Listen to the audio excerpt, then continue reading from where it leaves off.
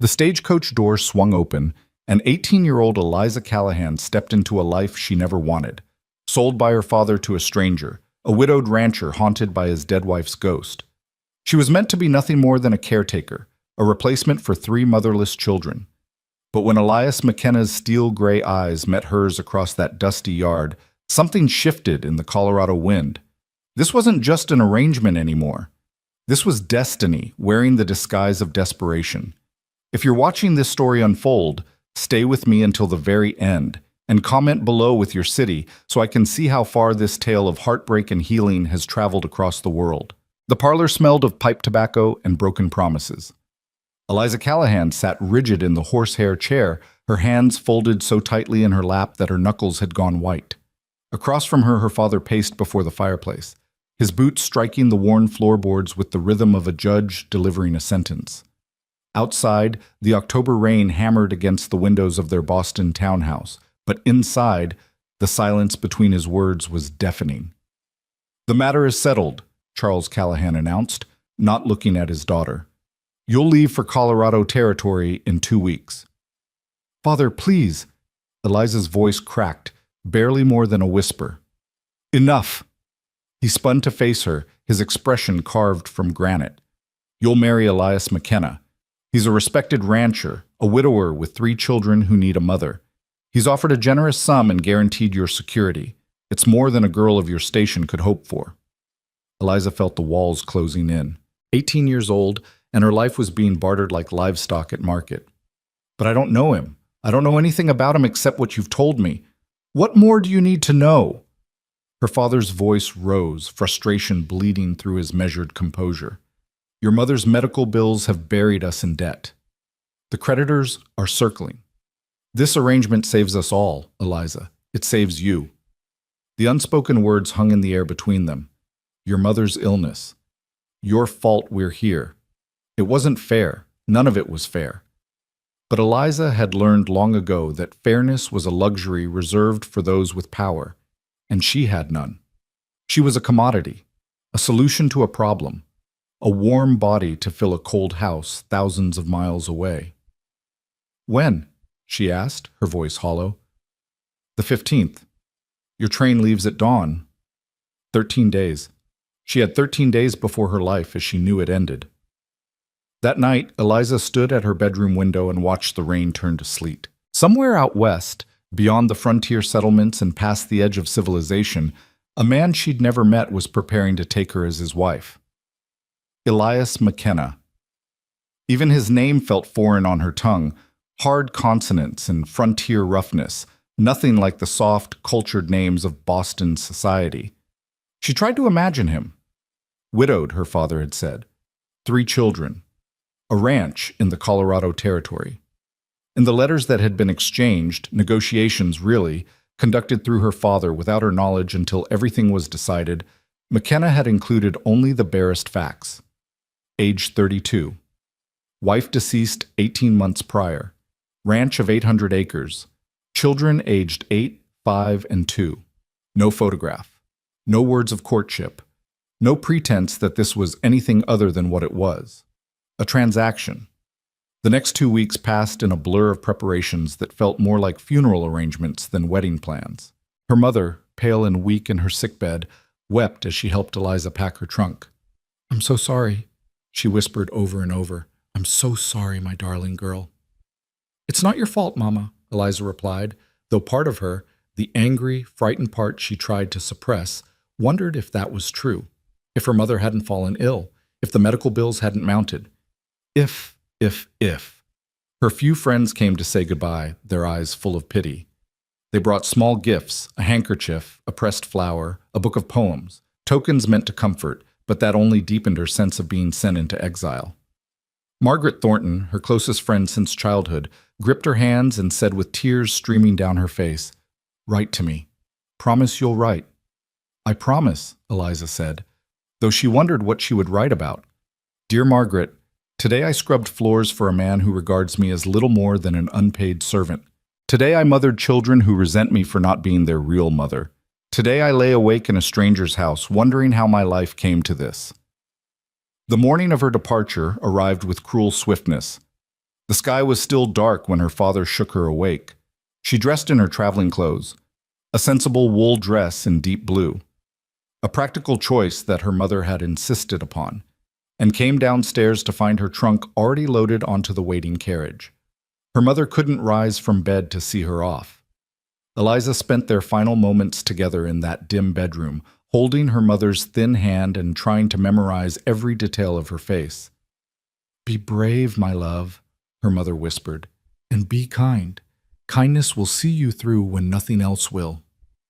"I'll try, Mama." "And Eliza?" Her mother's grip tightened. "Don't let bitterness take root in your heart. I know this isn't the life you dreamed of, but sometimes the paths we don't choose become the ones that lead us where we need to be." Eliza nodded, not trusting her voice. The train station was chaos, steam and noise, and crowds of people all going somewhere with purpose, while she felt like she was being carried away by a current she couldn't fight.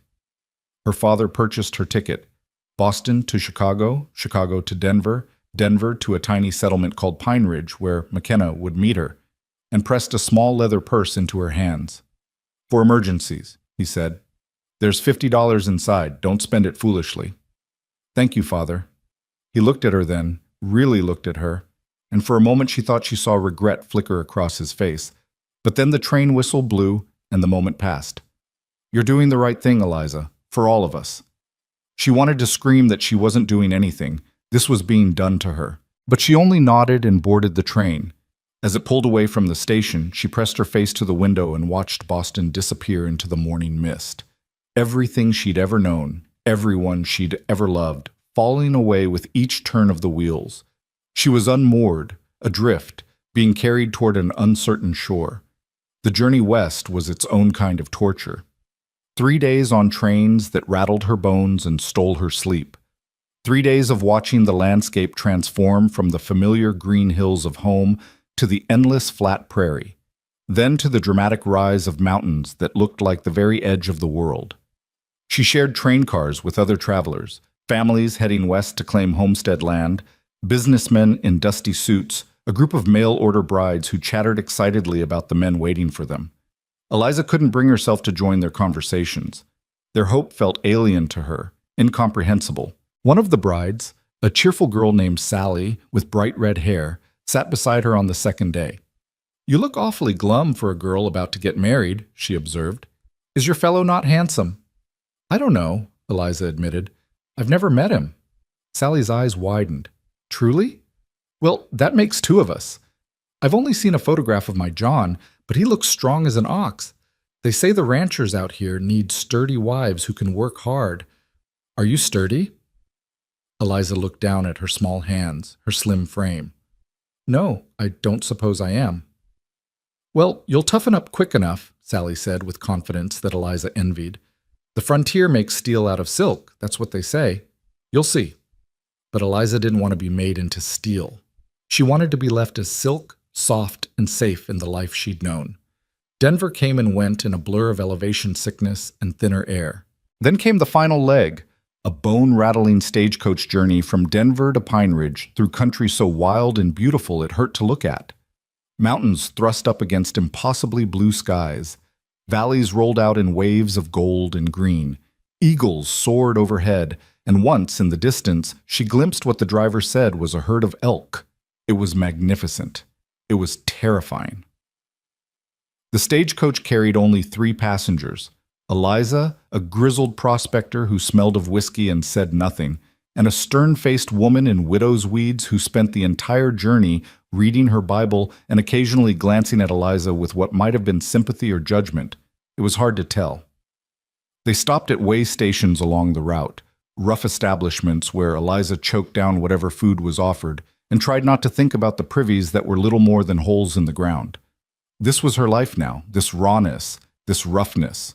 No more polished mahogany and gaslight. No more afternoon teas and piano recitals. This was the frontier, and she was being delivered to its heart. On the 4th day of travel, just as the afternoon sun began its descent toward the western peaks, the driver called down, "Pine Ridge ahead!" Eliza's heart began to pound. She smoothed her travel-rumpled dress and tried to tuck the loose strands of dark hair back into her bun. Her hands were shaking, Pine Ridge was hardly more than a collection of rough-hewn buildings clustered along a dirt main street. A general store, a saloon, what looked like a church, a few scattered houses. The stagecoach pulled up in front of the store, and the driver hauled down the luggage with practiced efficiency. "Someone meeting you, miss?" he asked. "Yes, I think so. Elias McKenna?" "McKenna, sure, I know him. Good man. Keeps to himself mostly since his wife passed, but solid as they come." The driver squinted down the street. "That'll be him now." Eliza's breath caught. A man was walking toward them from the far end of the street, leading a horse and wagon.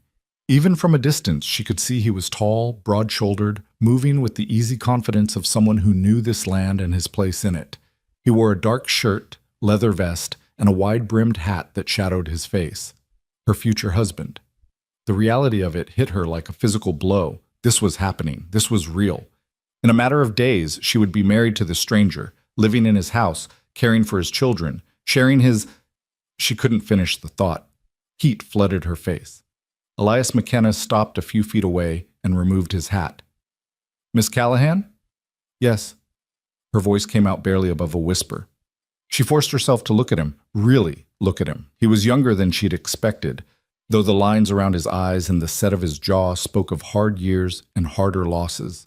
His hair was dark brown, sun-streaked at the temples, and his eyes, steel gray like storm clouds, regarded her with an expression she couldn't quite read. Not unkindness, but not warmth either. Wariness, perhaps. Assessment. He was, she realized with a start, handsome. Devastatingly so, in a rough-hewn way that had nothing to do with Boston society's standards and everything to do with the stark beauty of this wild place. The thought unsettled her almost as much as everything else. "I'm Elias McKenna," he said, his voice low and gravelly. "Welcome to Pine Ridge, Miss Callahan. I hope your journey wasn't too difficult." "It was long," she managed. "I imagine so." He moved to collect her trunk, lifting it as though it weighed nothing. "The ranch is about an hour's ride from here. The children are eager to meet you." The children, his children, who would be her responsibility now. She'd been so focused on the marriage itself that she'd almost forgotten about them. 3 of them, Jacob, Claire, and baby Anna. She knew their names, but nothing else. "I'm eager to meet them as well," she said, though eager was far from the right word. Terrified. Overwhelmed. Completely unprepared. Elias secured her trunk in the back of the wagon and then offered his hand to help her up to the seat. His palm was calloused, rough against her soft skin, and the touch sent an unexpected jolt through her. She settled onto the wooden bench, trying to arrange her skirts, while maintaining some semblance of dignity. He climbed up beside her, and she was suddenly, acutely aware of how close they were. His shoulder was inches from hers. She could smell him, leather and sage and something else, something clean and masculine that made her feel strange and off balance. "We'll stop at the general store first," he said, not looking at her as he gathered the reins. "Mrs. Patterson wanted to meet you, and I need to pick up some supplies." "Of course." The general store was dim and crowded, every surface covered with goods, bolts of fabric, farming implements, canned goods, barrels of flour and sugar. A plump woman with gray hair and kind eyes bustled out from behind the counter the moment they entered. "Elias, and this must be Miss Callahan." She seized Eliza's hands before she could respond. "Oh, my dear, welcome. Welcome to our little town. We're so pleased you've come. Those poor children have needed a mother, and Elias here has been running himself ragged trying to manage everything alone." "Martha," Elias said quietly, a note of warning in his voice. "Oh, hush. I'm just welcoming the girl." Mrs. Patterson beamed at Eliza. "If you need anything, dear, advice, supplies, just a friendly ear, you come right to me. We women have to look after each other out here." "Thank you," Eliza said, genuinely touched by the warmth. "That's very kind." They spent another few minutes in the store while Elias collected his supplies, and Mrs. Patterson peppered Eliza with questions about her journey, her family, her experience with children. Eliza answered as best she could, aware of Elias standing nearby, listening to every word. Finally, they were back in the wagon, heading out of town along a rutted dirt road that wound between golden hills. The late afternoon sun painted everything in amber light, And despite her anxiety, Eliza couldn't help but be moved by the beauty of it all. The sky was so vast here, so open. It made her feel both impossibly small and somehow more real than she'd ever felt in Boston's narrow streets. "It's beautiful," she said softly. Elias glanced at her, surprised. "You think so?" "Yes, very much." Something in his expression softened slightly. "It is. Harsh sometimes, especially in winter, but beautiful. My wife—" He stopped abruptly, his jaw tightening. "It's beautiful. My wife." The ghost had been invoked, suddenly present in the space between them. Eliza looked down at her hands. "I'm sorry for your loss," she said quietly. "I can't imagine how difficult it must have been." "Thank you." His voice was stiff, formal. Then, after a long pause, "Miss Callahan, I want to be clear about the nature of this arrangement." Her heart sank. Here it was, the truth laid bare. "I need someone to care for my children," he continued, his eyes fixed on the road ahead.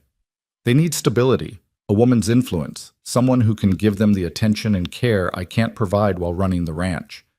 That's what this marriage is about, the children's welfare."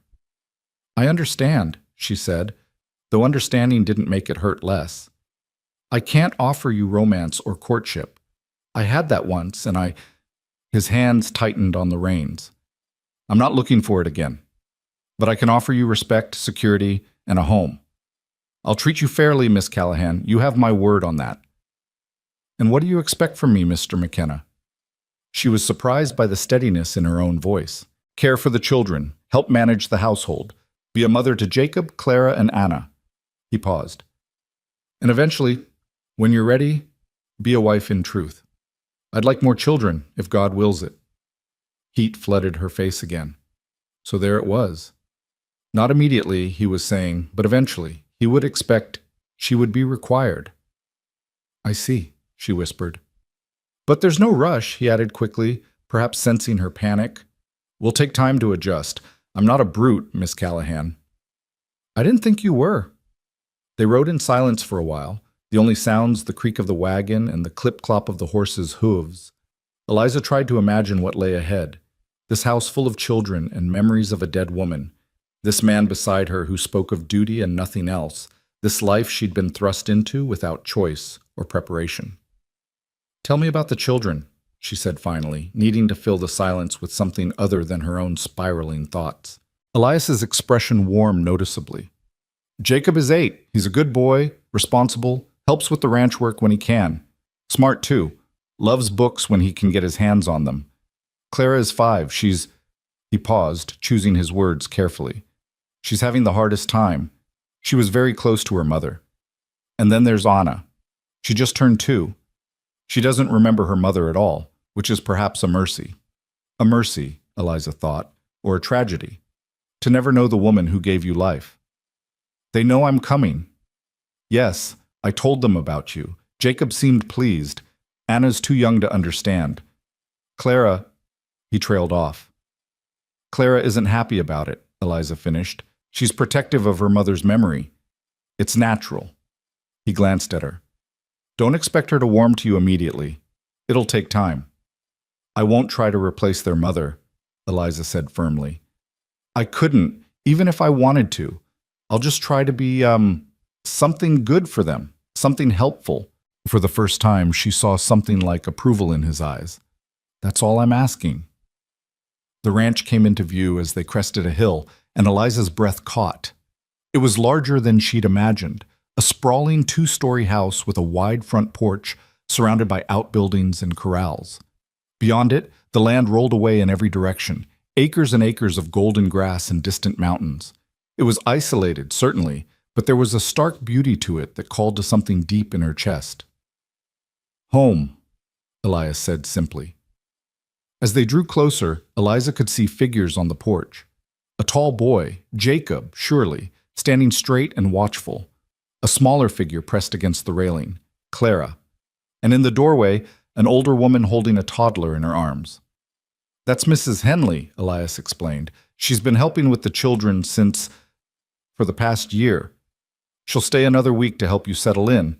Then she'll return to her daughter's place in Pine Ridge. The wagon rolled to a stop in front of the house, and suddenly Eliza couldn't move. This was it. The moment everything became real. She was about to meet the children who would be her responsibility, enter the house where another woman had lived and died, begin a life she never wanted and didn't know how to navigate. Miss Callahan? Elias had already climbed down and was offering his hand.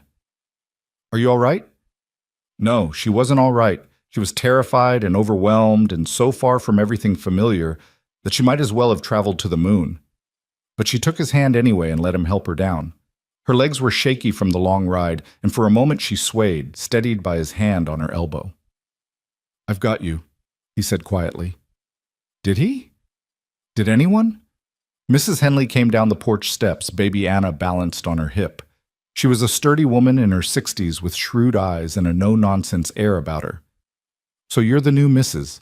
McKenna, she said, looking Eliza up and down. You're younger than I expected. I'm 18, ma'am. 18. Mrs. Henley shook her head.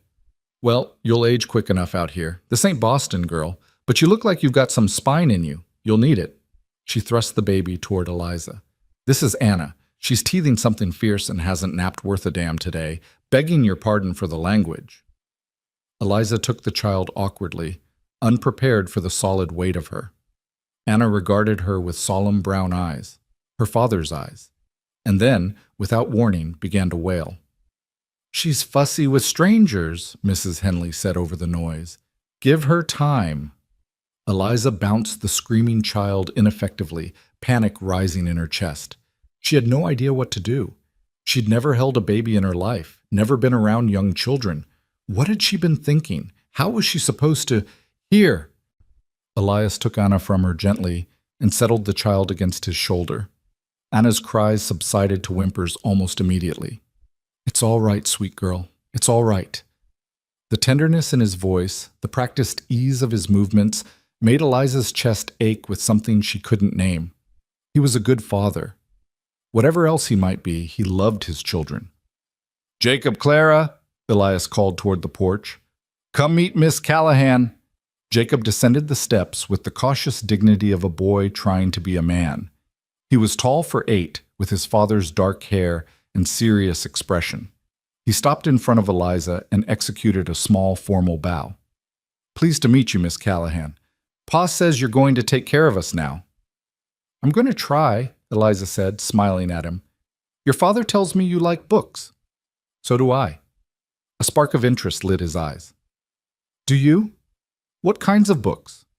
All kinds. Poetry, novels, histories. Can you read Robinson Crusoe? I've been trying, but some of the words are too hard. I'd be happy to read it with you. Jacob, go help unload Miss Callahan's trunk, Elias instructed. The boy nodded and moved toward the wagon, leaving Eliza facing the small figure still pressed against the porch railing. Clara McKenna was tiny for 5, with honey blonde hair and braids and eyes that were a striking shade of blue, eyes that regarded Eliza with open hostility. She wore a simple calico dress and clutched a rag doll to her chest like a shield. Hello, Clara, Eliza said gently, moving closer. I'm very happy to meet you. Your father has told me so much about you. Clara's chin lifted. You're not my mama. The words delivered in a clear, defiant voice landed like blows. No, Eliza agreed softly. I'm not. No one could ever be your mama but her. I'm not here to take her place, Clara. I'm just here to help. We don't need help. We were fine without you. Clara, Elias said sharply, that's enough. Apologize to Miss Callahan. No. Tears suddenly flooded Clara's eyes, but her expression remained fierce. I won't. I won't. She whirled and ran into the house, the screen door slamming behind her. Silence fell over the yard. Eliza felt her face burning with embarrassment and hurt. She'd known this wouldn't be easy, but the raw rejection still stung. I'm sorry, Elias said quietly, Anna still against his shoulder. She's struggling. It's all right, Eliza said, though it wasn't. Nothing about this was all right. She has every right to her feelings. Mrs. Henley snorted. Feelings or not, she can't be rude. I'll speak to her. No, Eliza said quickly. Please don't. She's grieving. Let her be. The older woman studied her with new respect. Maybe you do have spine after all. She gestured toward the house. Come on then, I'll show you around before I get supper started. Elias, you and Jacob see to the horses and Miss Callahan's trunk. Eliza followed Mrs. Henley into the house, her heart pounding. This was her home now. These rooms where another woman had lived, laughed, died. These walls that held memories she could never share. The interior was surprisingly well appointed, not rough frontier housing, but a real home with polished wood floors, furniture that had clearly been chosen with care, framed photographs on the walls. The parlor held a piano, its surface dusty from disuse. The kitchen was large and well stocked, with a massive black stove and a sturdy table that could seat 8. Second floor is bedrooms, Mrs. Henley explained, leading the way up the stairs. Elias's room is at the end of the hall. That's where you'll sleep once you're properly wed. For now, I've put you in the spare room across from the children. Jacob has his own room, and Clara and Anna share. My room is downstairs off the kitchen, but I'll be leaving next week. Next week. 1 week to learn everything she needed to know about running this household, caring for these children, being a wife to a man she didn't know. Mrs. Henley pushed open a door to reveal a small but pleasant room with a brass bed, a washstand, and a window that looked out over the corrals. Eliza's trunk sat at the foot of the bed, already delivered by Jacob and Elias. It's not much, but it's clean, Mrs. Henley said. You'll want to freshen up before supper. Water in the pitcher is cold, but there's a hot kettle downstairs if you need it. Supper's in an hour. She left Eliza alone, and for the first time all day, Eliza let herself sink onto the bed and simply breathe. Her hands were shaking again. Everything was shaking. Her body, her composure, the foundations of who she thought she was. She was here. She was actually here, in this strange house, about to become the wife of a man who wanted nothing from her but service and eventually children. About to become mother to 3 children who didn't want her, or at least one who very much didn't. A soft knock interrupted her spiraling thoughts. Miss Callahan? It was Jacob's voice, tentative through the door. Yes? Come in. The boy entered, holding a book carefully in both hands. I thought maybe, if you weren't too tired, we could read some of Robinson Crusoe, just a little bit. Looking at his hopeful face, Eliza felt something in her chest ease slightly. Here, at least, was one person who wanted her here. One small connection in a house full of strangers and grief. I'd like that very much, she said, patting the bed beside her. Come sit. They read together for half an hour, Jacob sounding out the difficult words while Eliza helped him through the harder passages. He was bright, as Elias had said, and hungry for learning. He asked her questions about the story, about England, about what it must be like to be shipwrecked on an island. Do you think you'd survive? He asked. If you were shipwrecked? I don't know, Eliza said honestly. I suppose you don't know what you're capable of until you're tested. Pa says the frontier tests everyone. He says it makes you stronger or breaks you, and there's no in between. And what do you think? Jacob considered this seriously. I think it's doing both to him, making him stronger but breaking him too. He looked up at her with those solemn eyes. Maybe you can help fix what's broken. Before Eliza could respond, Mrs. Henley's voice boomed up the stairs. Supper! The dining room table was an exercise in awkwardness. Elias sat at the head, Eliza to his right, Jacob to his left. Mrs. Henley took the foot of the table with Anna in a high chair beside her. The only empty place was next to Eliza, Clara's spot, and the little girl's absence was a presence all its own. Where's your sister? Elias asked Jacob. She said she wasn't hungry. She needs to eat. I'll take her up a plate later, Mrs. Henley said. Let her sulk for now. She'll come around. The meal, roast chicken, potatoes, green beans from the summer garden, was delicious, but Eliza could barely taste it. She was too aware of Elias beside her, of the weight of expectations and uncertainties, of the ghost that seemed to hover over the table though no one mentioned her. Miss Callahan has offered to help Jacob with his reading, Elias said, breaking the silence. That's good, Mrs. Henley approved. Boy needs schooling. It's a shame the teacher in Pine Ridge left last spring. No one's replaced her yet. I could teach him, Eliza offered, and Clara too when she's ready. You know about teaching? Elias looked surprised. I attended a good school in Boston.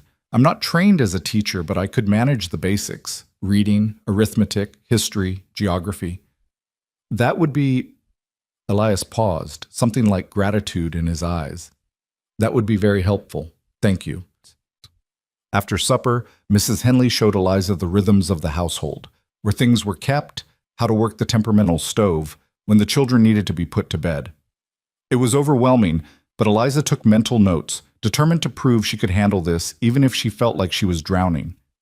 When the children were settled, Jacob in his room with his book, Anna asleep in her crib, Clara still refusing to come out, Eliza found herself alone with Elias on the front porch. The sun had set, and stars were beginning to emerge in the darkening sky, more stars than she'd ever seen in her life. "I want to show you something," Elias said quietly. He led her around the side of the house to a small fenced area beneath a willow tree. Inside the fence were two wooden crosses, simply carved.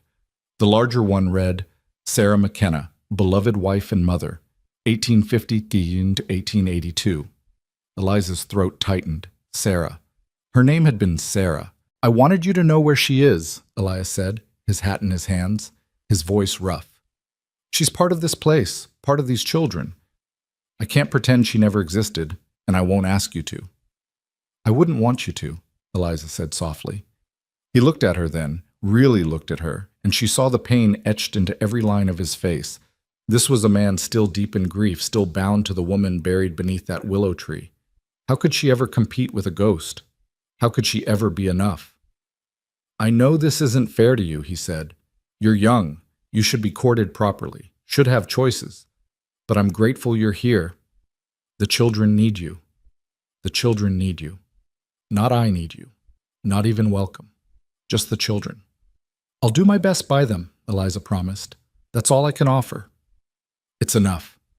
But as she lay in her narrow bed that night, listening to the unfamiliar sounds of this house settling around her, Eliza wondered if it would ever truly be enough. She was 18 years old, 1,200 miles from everything she'd known, married to a ghost as much as to a man. And tomorrow it would all become real. The wedding would bind her here forever. The morning sun was barely touching the horizon when Eliza woke to the sound of a rooster crowing and boots on hardwood floors. For a disoriented moment, she thought she was back in Boston, that the past weeks had been nothing but a fever dream. Then she opened her eyes to unfamiliar walls, and reality crashed down like cold water. Today was her wedding day. There was no excitement, no flutter of anticipation, just a heavy inevitability settling into her bones. In a few hours, she would stand before a minister and promise herself to a man who saw her as a solution to a problem. She would become Mrs. Elias McKenna, stepmother to 3 children, mistress of a house that still belonged to a dead woman. A soft knock pulled her from her thoughts. "Miss Callahan," Mrs. Henley's voice came through the door. "Time to get up. Reverend Michaels will be here at 10, and there's breakfast to make." Breakfast to make. On her wedding morning. Eliza almost laughed at the absurdity of it.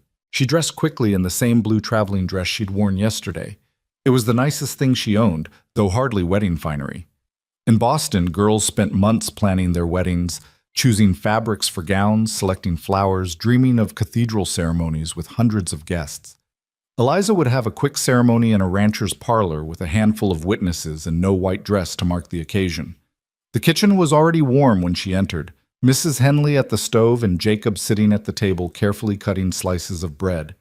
The boy looked up and gave her a tentative smile. "Morning, Miss Callahan. Are you nervous?" "Terrified," Eliza admitted, surprising herself with her honesty. Mrs. Henley turned from the stove with a knowing look. "That's natural enough. Every bride gets the jitters. You'll settle in soon enough." "But I'm not every bride," Eliza wanted to say. Every bride isn't purchased like cattle. Every bride isn't replacing a ghost. "Where's your father?" she asked Jacob instead. "Out with the horses already. He's always up before dawn." The boy hesitated. "He's nervous too, I think. I heard him pacing last night." So she wasn't alone in her anxiety. That was something, at least. Anna was already in her high chair, smearing porridge across her face with apparent delight. When she saw Eliza, the toddler's face crumpled and she reached for Mrs. Henley with a wail. She'll warm to you, Mrs. Henley said, scooping the child up. Just give her time. Time. Everyone kept saying that, as if time would magically make this situation less impossible. Clara didn't appear for breakfast. When Eliza asked, Mrs. Henley just shook her head. Still in her room. Stubborn as her mother was, that one. The words hung in the air. Her mother, Sarah, the woman whose shadow filled every corner of this house. What was she like? Eliza asked quietly. Mrs. McKenna. Sarah. Mrs. Henley considered this question while she cleaned Anna's face. Beautiful. Not just pretty, but truly beautiful, inside and out. She had a way of making everyone feel special, could walk into a room and light it up just by smiling. She paused. She and Elias were love matches, rare out here. They met at a church social in Denver, and he courted her proper, moved heaven and earth to build this house for her before the wedding. She wasn't cut out for frontier life, came from a good family, had education and refinement, but she never complained, just loved her family and made the best of it. Each word was a knife. Beautiful, refined, beloved. A love match. How could Eliza ever measure up to that? How could she ever be anything but a pale imitation, a necessary substitute that would never be enough?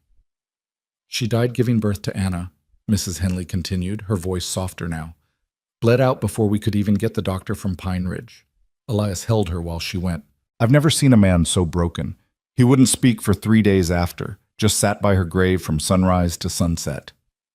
That's horrible, Eliza whispered. It's the frontier. Women die in childbirth all the time out here, but knowing that doesn't make it easier. Mrs. Henley met Eliza's eyes. I'm telling you this not to scare you, but so you understand what you're walking into. That man out there is still grieving. Those children are still grieving. They need you, Miss Callahan, but they're not ready to admit it yet. Before Eliza could respond, the back door opened and Elias entered, hat in hand, his shirt damp with sweat from morning work. He stopped when he saw her, and something flickered across his face. Surprise, perhaps, or uncertainty. Miss Callahan, I didn't know you were up. I'm an early riser, she lied.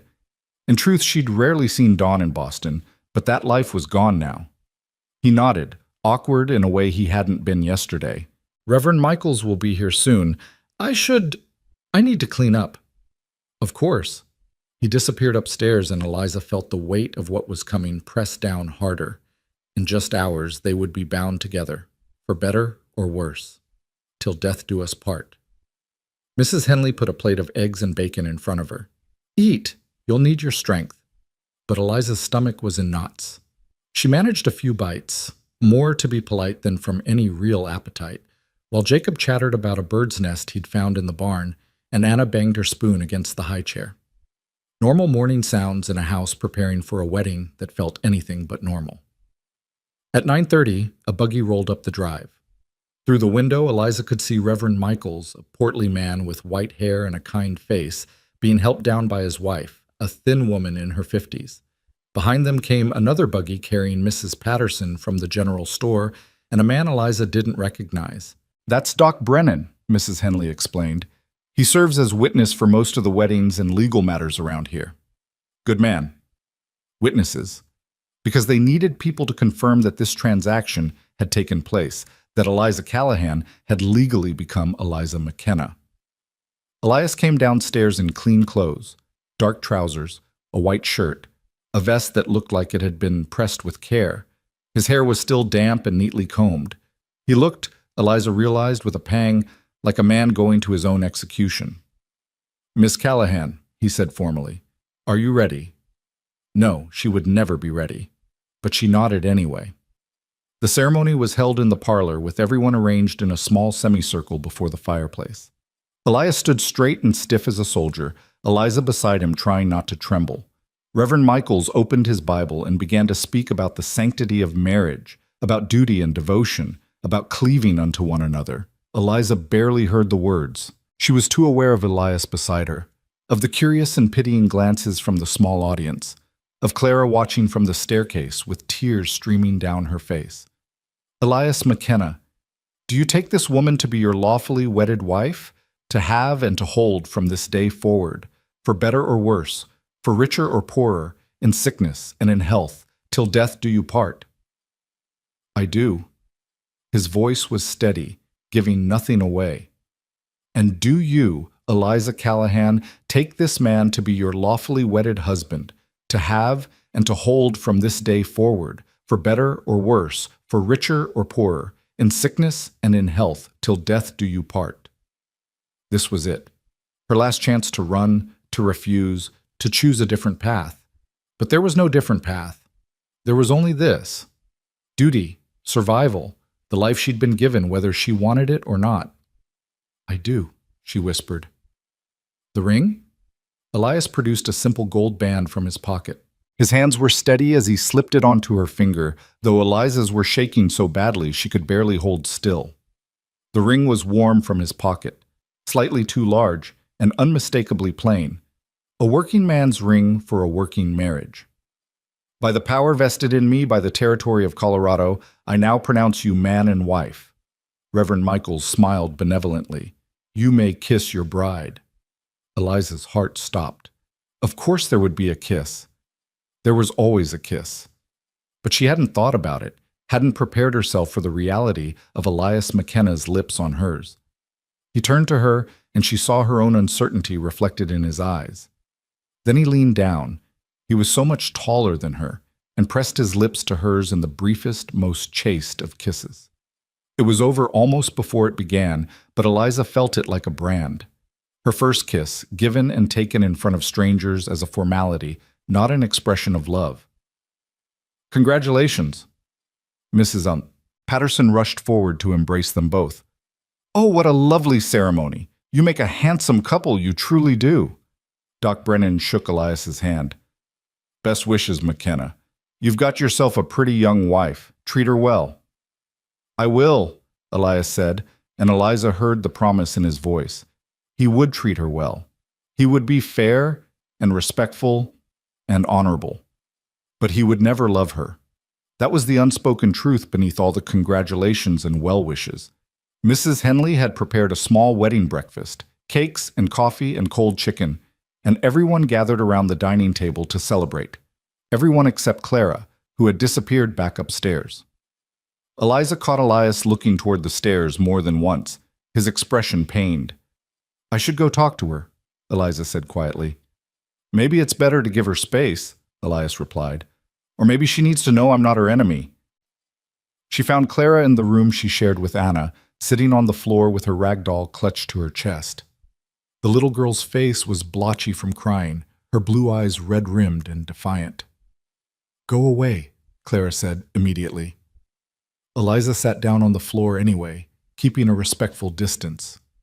I know you don't want me here. Then leave. I can't. I'm your father's wife now. This is my home, too. It was Mama's home first. The words burst out like a sob. Everything here was Mama's. Her dishes, her curtains, her piano. Even Papa was hers, and now you're going to take it all away and pretend she never existed. No, Eliza said firmly. I'm not. I could never do that, Clara, and I would never try. Your Mama was special. She loved you and your father and your brothers so much. I'm not here to make you forget her. Then why are you here? Clara's voice broke. Why did Papa have to marry you? Because he loves you, Eliza said simply. Because he's trying to give you the best life he can, and he knows you need someone to take care of you. Not to replace your mother, no one could ever do that, but to help. To be there when you're scared or sick or lonely. I don't want you to be there. I want my Mama. I know, sweetheart. I know you do. Clara looked at her with those devastating blue eyes. Sarah's eyes, surely. Did you want to come here? The question caught Eliza off guard with its perceptiveness.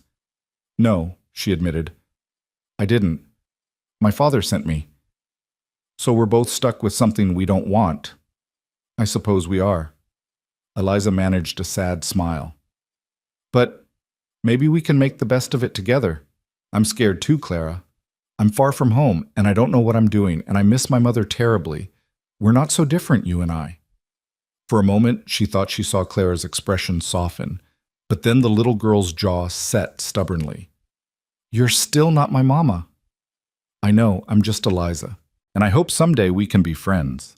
She left Clara there and returned downstairs, her heart heavy.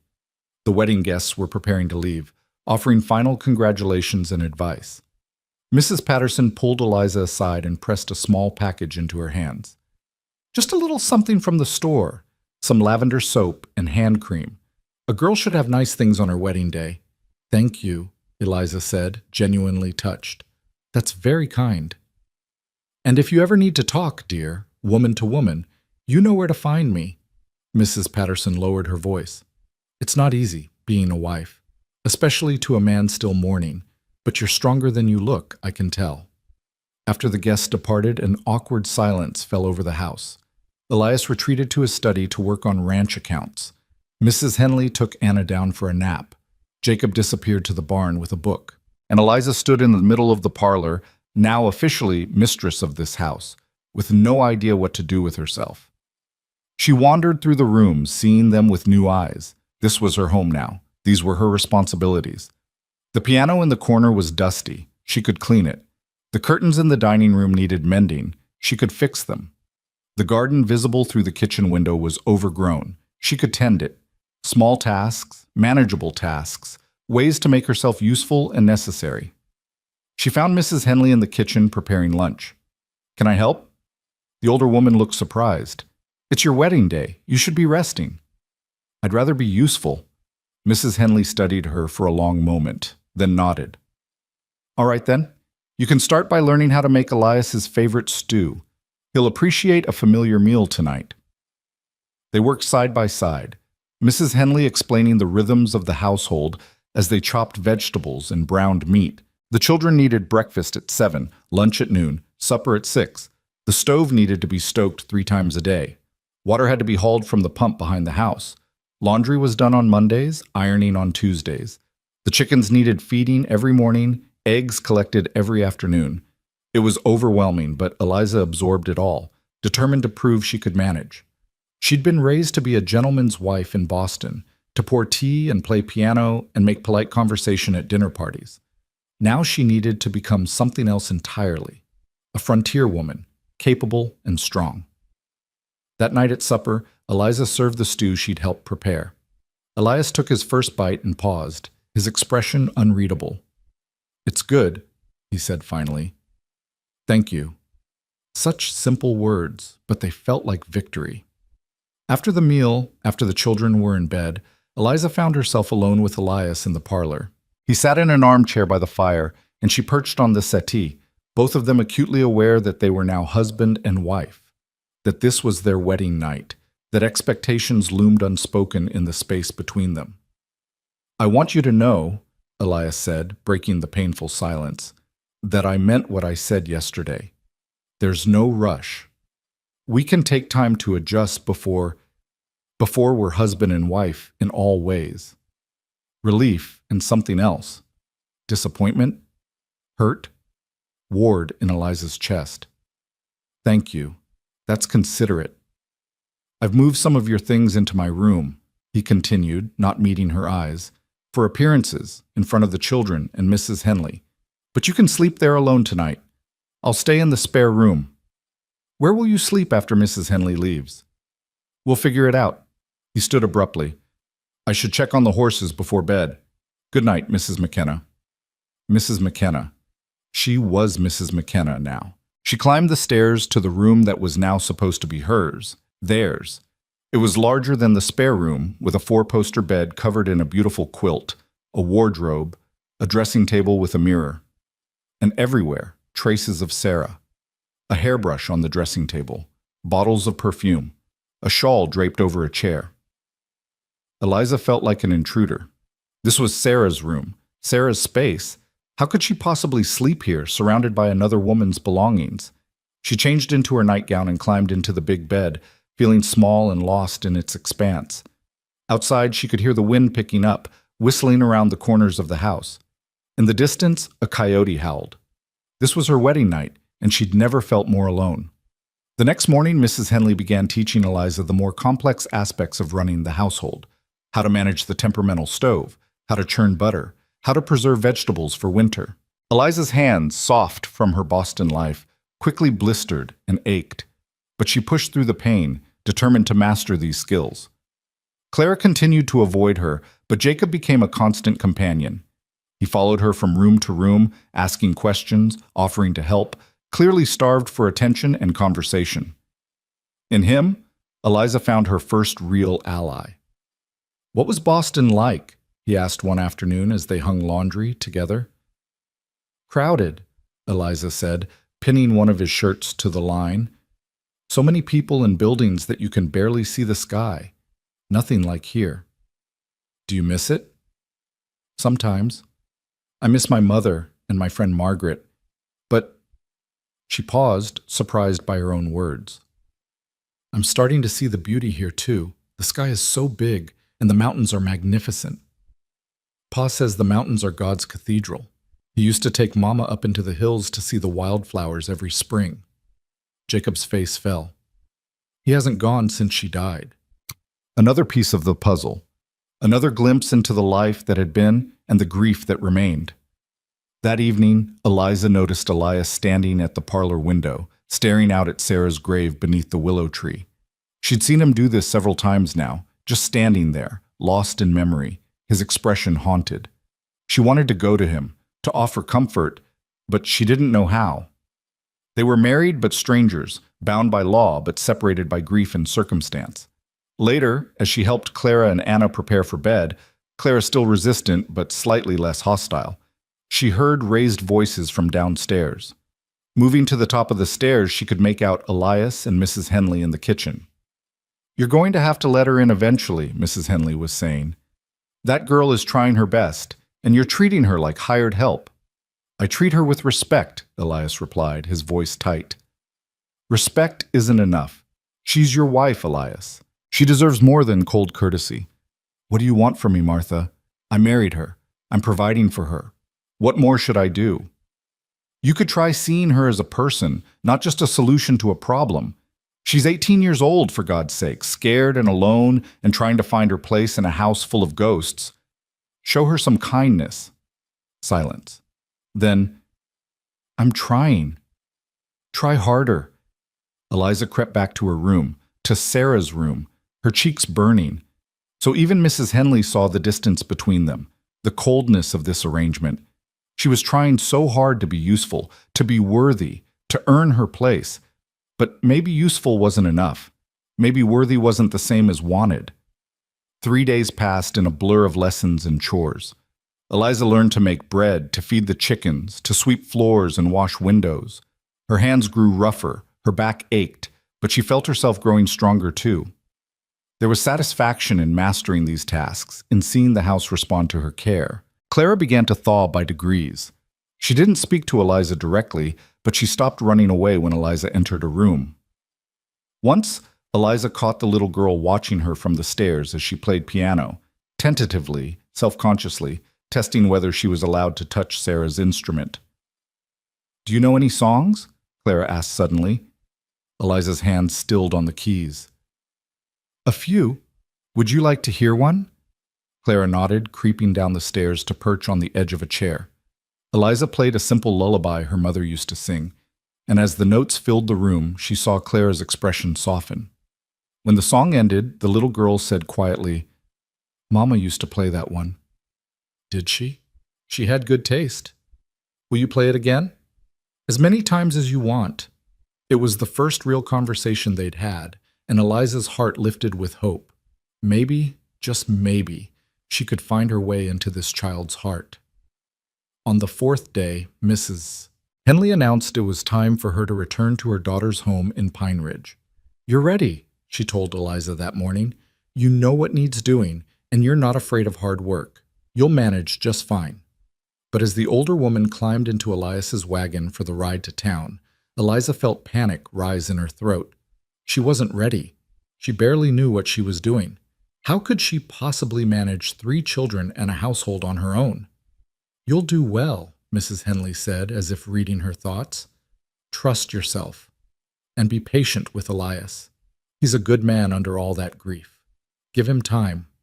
Time. Always time." The house felt different with Mrs. Henley gone. Quieter, more intimidating. Suddenly, every decision was Eliza's to make, every problem hers to solve. When Anna woke from her nap crying and feverish, Eliza had to figure out how to bring down the fever. When Jacob tore his trousers, she had to mend them. When Clara refused to eat her vegetables, she had to find a way to coax her. By the end of that first day alone, Eliza was exhausted in ways she'd never experienced. Every muscle ached, her head pounded, and she wanted nothing more than to collapse into bed and sleep for a week. But there was still supper to make, children to bathe, a kitchen to clean. She was stirring a pot of soup when Elias came in from the barn. He stopped in the doorway, taking in the scene. Anna in her high chair covered in mashed carrots, Clara and Jacob at the table playing with wooden blocks, Eliza at the stove with flour in her hair and exhaustion written across her face. "How was your first day?" he asked.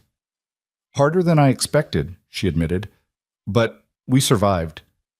Something shifted in his expression. "You look tired." "I am tired. Why don't you sit down? I can finish supper." She stared at him in surprise. "You can cook?" "I've been doing it for over a year, Mrs. McKenna." Had to learn quick when Sarah... He trailed off, jaw tightening. "Sit, please." Too exhausted to argue, Eliza sank into a chair and watched as Elias moved around the kitchen with practiced efficiency. He finished the soup, sliced bread, poured milk for the children. His movements were sure and capable, so different from the stiff formality he usually showed her. "Papa's a good cook," Jacob said proudly. "He makes the best flapjacks." "Maybe he can teach me," Eliza said. Elias glanced at her. "Maybe." That night, after the children were in bed, they sat together in the parlor again. The silence was less awkward than before, filled instead with a tentative understanding. "Thank you," Eliza said, "for helping with supper. You looked like you needed it." He paused. "Mrs. Henley was right. I haven't been. I should be more helpful. This is new for you." "Everything is new for me," Eliza said softly. "But I'm trying." "I can see that." His eyes met hers, and for the first time she saw something other than grief and distance there. "You're doing well with the children. Better than I expected." It wasn't much, but it was something. A small recognition of her efforts, a crack in the wall he'd built around himself. "Clara played piano with me today," Eliza ventured. "Just for a few minutes, but it felt like progress." Elias's expression tightened. "Sarah used to play with her. She was teaching her before—" He stood abruptly. "I should check on the horses." And just like that, the ghost was back, standing between them like an insurmountable barrier. As October deepened into November, a rhythm began to establish itself. Eliza woke at dawn to start breakfast, got the children dressed and fed, spent mornings on housework and afternoons teaching Jacob his letters and numbers. Clara began joining their lessons, grudgingly at first, then with increasing interest. Anna grew accustomed to Eliza's presence, eventually allowing herself to be held without tears. The work was relentless, harder than anything Eliza had ever done in Boston. Her hands, once soft and pale, became rough and chapped. Her dresses grew loose as she lost weight from the constant activity, but she also felt herself changing in ways that had nothing to do with the physical. She was becoming capable, confident, stronger than she'd known she could be. Elias remained distant but not unkind. He helped with the children more than she'd expected, taking over their baths in the evenings, reading to them before bed. He fixed things around the house without being asked. A loose floorboard, a stuck window, the squeaky hinge on the pantry door. He left coffee warming on the stove for her each morning before he went out to the barn. Small gestures, but they meant something. One evening, Eliza was folding laundry when she came across a woman's dress in the basket, beautiful but worn, with delicate embroidery on the collar. Sarah's dress, she realized. Someone had packed it with the children's clothes. She held it up, studying the careful stitching, imagining Sarah wearing it, laughing in it, living in it. They were similar in size, she and Sarah. The dress would probably fit her. That was her favorite. Eliza spun to find Elias in the doorway, his expression unreadable. "I'm sorry," she said quickly. "I didn't mean to—" "It's all right." He stepped into the room, his eyes on the dress.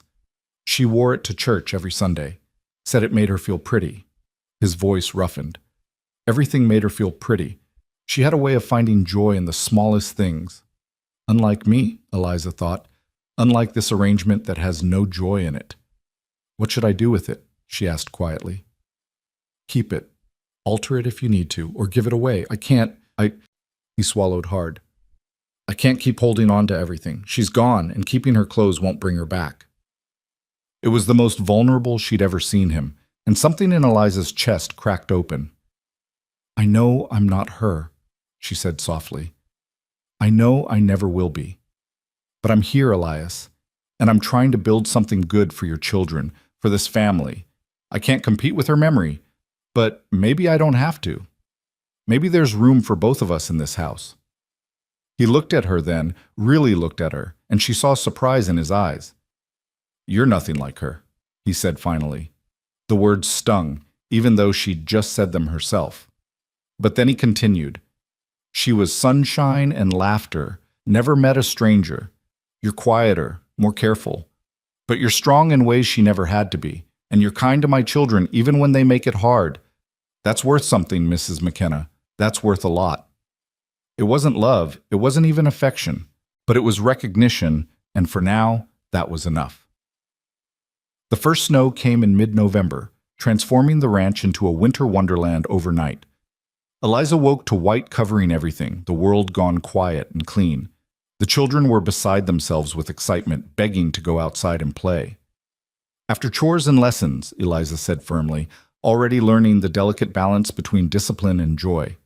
But watching them later, bundled in coats and mittens, shrieking with laughter as they threw snowballs and built a lopsided snowman, Eliza felt something warm unfurl in her chest. This was what she'd come here for, wasn't it? To give these children stability, care, happiness, to make a home. Clara ran up to her, cheeks flushed with cold, and grabbed her hand. Come help us, Eliza, please. Eliza, not Miss Callahan, not a reluctant acknowledgement, just her name, said with something close to affection. All right, Eliza laughed, letting herself be pulled into the snow. They played until their fingers were numb and their noses red, until Jacob's lips were turning blue and Anna was crying from cold. As they trooped back inside, tracking snow and chaos into the mudroom, Eliza caught sight of Elias watching from the barn door. The expression on his face was complicated, grief and longing and something else she couldn't quite name. That evening, as she was helping Clara into her nightgown, the little girl said suddenly, I had fun today. So did I. Mama used to play in the snow with us too. Before Anna was born, Clara's eyes filled with tears. I don't want to forget her. Eliza knelt down so they were eye to eye. You won't forget her, sweetheart. I promise. Your mama will always be part of you, in your memories and your heart. And it's okay to be happy, even though she's gone. She would want you to be happy. Do you really think so? I'm certain of it. Mothers always wanted their children to be happy. Clara threw her arms around Eliza's neck in a sudden, fierce hug. I'm glad you're here, she whispered, even though I didn't want you at first. Eliza held her close, tears stinging her own eyes. I'm glad I'm here too. It was the truth she realized with surprise. Despite everything, the fear, the exhaustion, the loneliness, there was something here worth holding on to. These children who were slowly becoming hers. This house that was gradually feeling like home. This life that was harder than anything she'd imagined, but also more real. Later that night, long after the children were asleep, Eliza sat at the kitchen table with a cup of tea, too tired to move but not quite ready for bed. The day's events played through her mind. Clara's hug, Jacob's laughter, Anna's sleepy weight in her arms, Elias's unreadable expression as he watched them play. She heard footsteps and looked up to find Elias in the doorway. You're up late, he observed. Just thinking. He poured himself coffee and, to her surprise, sat down across from her. They'd shared meals, shared space, but this felt different, more intimate, more deliberate. I saw you playing with the children today, he said. Clara hugged you. She did. He struggled for words. That's good. That's what she needs. She's a wonderful little girl. They all are. You've done well with them, especially given, she trailed off. Given that I had no idea what I was doing? His mouth quirked in something that might have been a smile. I'm still figuring it out. We both are. They sat in companionable silence for a moment, and Eliza felt the wall between them lower just slightly. Not disappearing, That would take much longer, but becoming less insurmountable. My mother used to tell me, Eliza said quietly, that sometimes the life you don't choose becomes the one you were meant for. I didn't understand what she meant at the time. I was so angry about being sent here, so resentful, but now. She looked around the kitchen, this room she'd learned to navigate, this home she was slowly making her own. Now I'm beginning to see what she meant. Elias studied her for a long moment.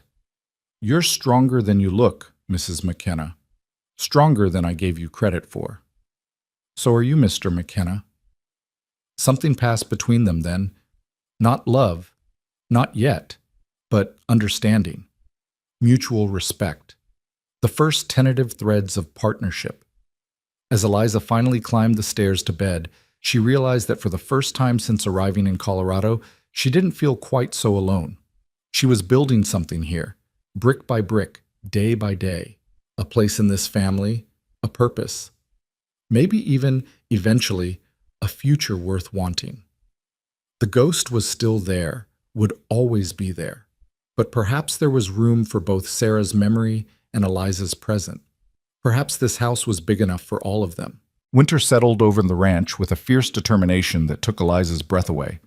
The snow that had seemed so magical in November became a relentless force by December, piling in drifts against the house and barn, transforming the landscape into an endless white expanse that stretched to the horizon. The wind howled down from the mountains with a cold so sharp it felt like knives against exposed skin. Eliza had never experienced anything like it. Boston winters were cold, certainly, but this was something else entirely. A wild, untamed cold that reminded her daily just how far she was from civilization, how dependent they all were on preparation and providence to survive until spring. The ranch became an island unto itself. Travel to Pine Ridge was impossible except on the clearest days, and even then Elias wouldn't risk it unless absolutely necessary. They were isolated, the five of them, bound together by necessity and proximity in ways that might have been suffocating if Eliza hadn't been so focused on simply keeping them all fed, warm, and alive. She learned quickly that winter on a frontier ranch meant constant work. Wood had to be brought in from the pile behind the barn multiple times a day to feed the insatiable stove. Snow had to be melted for washing water. The chicken coop needed to be checked constantly to ensure the hens hadn't frozen. Meals required careful planning from their dwindling stores. No fresh vegetables now, only what had been preserved in the fall, supplemented by potatoes from the root cellar and the occasional rabbit Elias managed to snare. "You're doing well," Elias said one morning as he came in from feeding the horses, stamping snow from his boots. "Better than I expected, honestly. Most women from back east struggle their first winter out here." Eliza looked up from the bread dough she was kneading, her hands dusted with flour. "I'm struggling. I'm just not letting you see it." He paused, surprised by her honesty, and something that might have been a smile tugged at his mouth. "Fair enough, but you're managing the struggle, and that's what matters." It was true, though some days the managing felt like barely holding on by her fingertips. The isolation wore on her more than she'd expected. She missed adult conversation beyond practical discussions of chores and children. She missed her mother with an ache that sometimes took her breath away. She missed Margaret's letters. The last one had arrived just before the heavy snows began, and now there would be no more until spring. But there were also moments of unexpected beauty. Clara had fully thawed toward her now, seeking her out for comfort when she scraped a knee or felt scared during the howling nighttime storms. Jacob had become her constant shadow, helping with whatever tasks she was tackling, chattering about everything and nothing. Even Anna, no longer a baby but a toddling, babbling little person, would reach for Eliza first when she fell or needed comfort. She was becoming their mother in all but name, and the realization filled her with both joy and a strange, guilty sorrow. These weren't her children. She hadn't carried them, birthed them, nursed them. That honor belonged to Sarah, whose memory still hung in every corner of the house. Yet here Eliza was, the one wiping their tears and kissing their hurts and tucking them in each night. One evening in mid-December, Clara came to her with something clutched in her small hands. "I found this in Mama's sewing basket," she said, holding out a half-finished quilt. "She was making it for my bed, but she never finished." Eliza took the quilt carefully. examining the delicate stitching, the pattern of stars and moons and blues and yellows. Sarah's hands had touched this fabric, guided these needles. It felt sacred somehow, precious and fragile. "It's beautiful," she said softly. "Will you help me finish it?" Clara asked, her blue eyes wide with hope and hesitation. "So I can remember her? So I won't forget what her stitches looked like?" Eliza's throat tightened. "Of course I will, sweetheart. We'll finish it together." That night, after the children were in bed, Eliza spread the quilt across the kitchen table and studied the pattern, trying to understand Sarah's vision for it.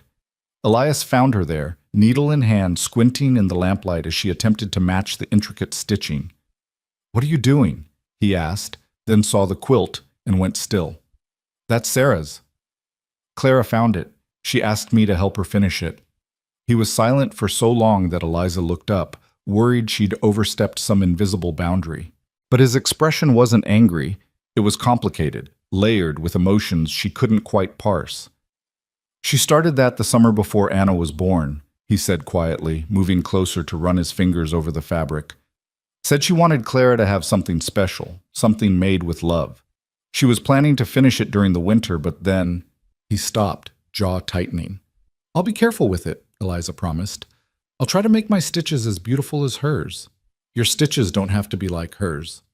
Elias pulled out a chair and sat down across from her. "They just have to be yours. Clara wants this finished, and that matters more than making it perfect."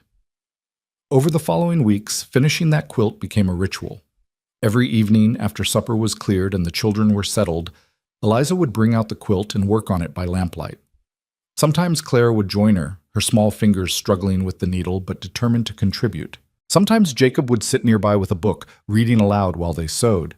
And increasingly, Elias would join them, not sewing, but simply present, carving small wooden toys or mending tack, his quiet presence an anchor in the room.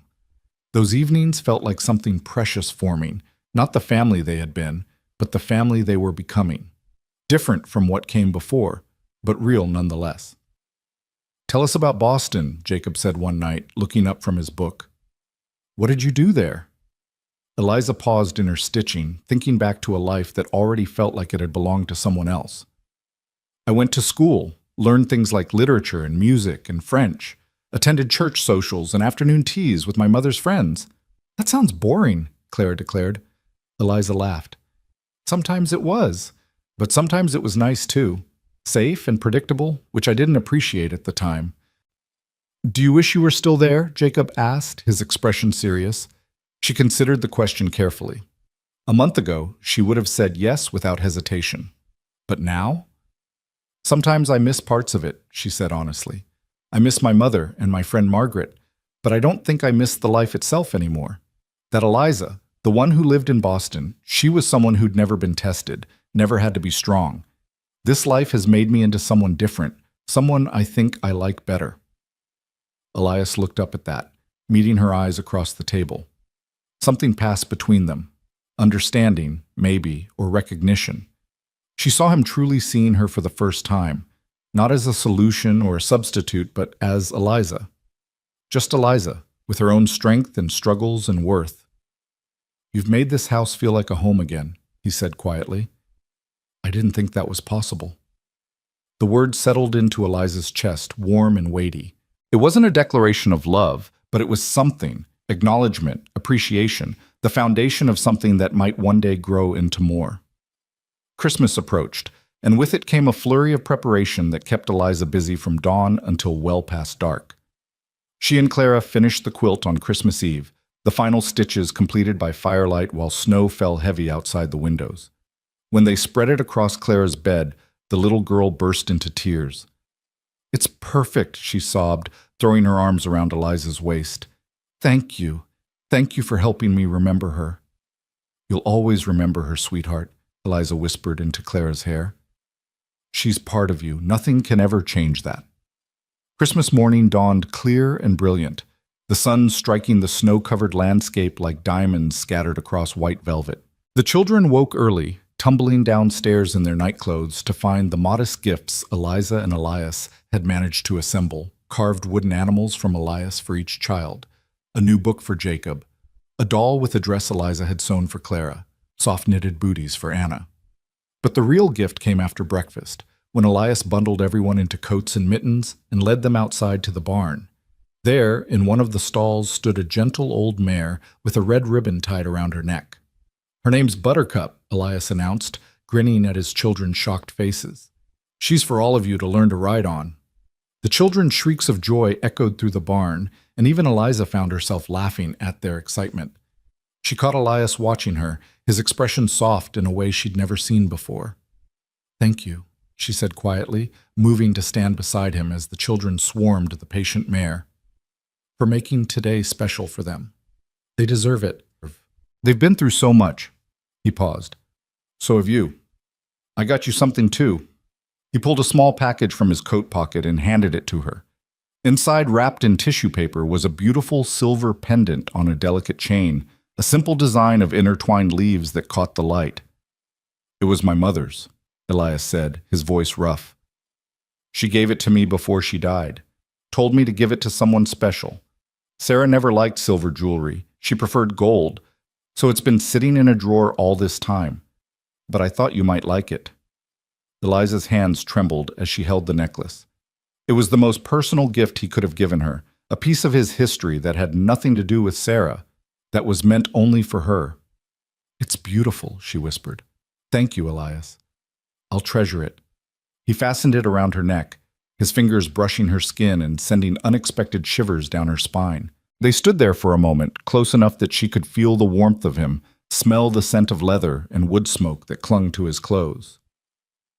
"Merry Christmas, Mrs. McKenna," he said softly. "Merry Christmas, Mr. McKenna." That afternoon, they all went sledding on the hill behind the barn, using an old toboggan Elias pulled from storage. The children shrieked with delight as they flew down the slope, and Elias convinced Eliza to ride down with them despite her protests. "I've never sledded in my life," she said, laughing nervously. "Then it's about time you started," he replied, settling Anna in her lap and giving them a push. The ride was terrifying and exhilarating, the cold air burning her lungs as they flew down the hill, Anna's laughter ringing in her ears. At the bottom, they tumbled into the snow in a tangle of limbs and laughter, and when Eliza looked up, breathless and covered in snow, she found Elias standing over them with an expression of such tenderness it made her heart stop. "You look happy," he said, offering his hand to pull her up. "I am happy," she realized, surprised by the truth of it. "I actually am." That night, after the children were finally asleep, exhausted from their exciting day, Eliza and Elias sat by the fire in the parlor. It had become their routine now, these quiet evening hours, when they could simply be two adults in companionable silence, not constantly in motion, not performing their roles as parents and partners. "This was a good day," Elias said, staring into the flames. "The first good Christmas since Sarah died. The children needed it." "What about you?" Eliza asked. "Did you need it?" He looked at her, surprise flickering in his gray eyes. "I think maybe I did.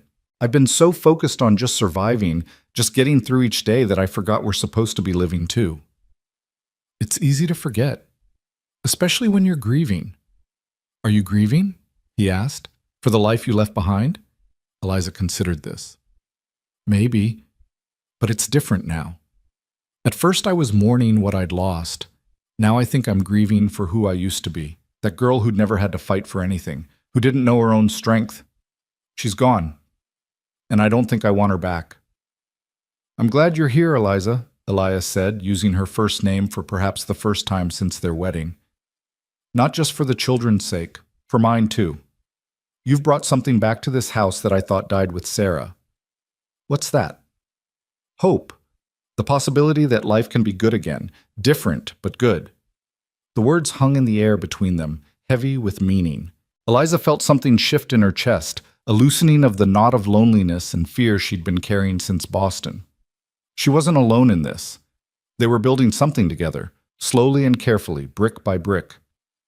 "There's something I need to tell you," Elias said suddenly, his voice taking on a serious tone. "About Sarah. About how she died." Eliza waited, her heart picking up speed. This was the story he'd been avoiding, the wound he'd been protecting. "The pregnancy was difficult from the start," he began, staring into the fire rather than at her. She was sick, weak, but she insisted she'd be fine. Said she'd been through it twice before and knew what to expect. But something was wrong, I could feel it, even if the doctor said everything looked normal. He paused, his hands gripping the arms of his chair so tightly his knuckles went white. When her time came, it happened fast. Too fast. The midwife was here, helping, but there was so much blood, too much blood. Anna was born healthy, perfect, but Sarah just kept bleeding. By the time the doctor arrived from Pine Ridge, it was too late. She died in my arms while her newborn baby cried in the next room. Eliza's eyes filled with tears. "I'm so sorry, Elias." I promised her I'd take care of the children, that I'd make sure they knew how much she loved them. But I've been failing at that. I've been so lost in my own grief that I couldn't see they were drowning in theirs. Then you came, and you've done what I couldn't. You've helped them smile again, helped them remember that life goes on even when it feels impossible. You haven't failed them, Eliza said firmly. You've kept them safe and fed and loved. That's not failing, Elias. That's surviving an impossible situation. He finally looked at her, and she saw tears on his cheeks. She'd never seen him cry, hadn't imagined he would allow himself to be so vulnerable in front of her. "I didn't want to marry again," he said roughly. The thought of replacing Sarah felt like a betrayal, but I also knew I couldn't raise 3 children alone, couldn't give them what they needed. So I wrote those letters, made that arrangement with your father, and told myself it was just practical, just business. And now? Now I'm realizing you're not a replacement for Sarah. You're something else entirely, your own person, with your own strength and kindness. And I'm grateful for that. I don't want you to be Sarah. I want you to be Eliza. The words broke something open inside her, a dam she didn't know she'd built. Tears spilled down her cheeks, and before she could think better of it, she crossed the space between them and knelt beside his chair. "I don't want to be Sarah either," she said. "I just want to be enough as myself." "You are," he whispered, reaching out to cup her face in his rough, calloused hand. "You are enough, Eliza. More than enough." They stayed like that for a long moment, his hand on her face, her hands resting on his knees, something new and fragile forming in the space between them. Not love, not yet, but the possibility of it. The first tentative reaching toward connection that was theirs alone, not borrowed from the past or forced by circumstance. When they finally pulled apart, the air felt charged with unspoken things. Elias stood and offered his hand to help her up, and this time when their fingers touched, neither of them pulled away quickly. They stood there, hands linked, the fire crackling beside them, and the children sleeping peacefully upstairs. "We should get some rest," Elias said finally, though he made no move to release her hand. "Yes," Eliza agreed, though she didn't want this moment to end. But as they climbed the stairs together, stopping at the top to go their separate ways, him to his room, her to the spare room where she still slept, Eliza felt something had fundamentally changed. The distance between them was still there, but it was smaller now, more navigable. They were no longer strangers sharing a house. They were partners beginning to understand each other. January brought storms that buried the ranch in snow so deep that Elias had to dig paths from the house to the barn just to tend the animals. They were completely cut off from Pine Ridge, from any outside contact, and the isolation pressed in on them from all sides. But inside the house, something was blooming.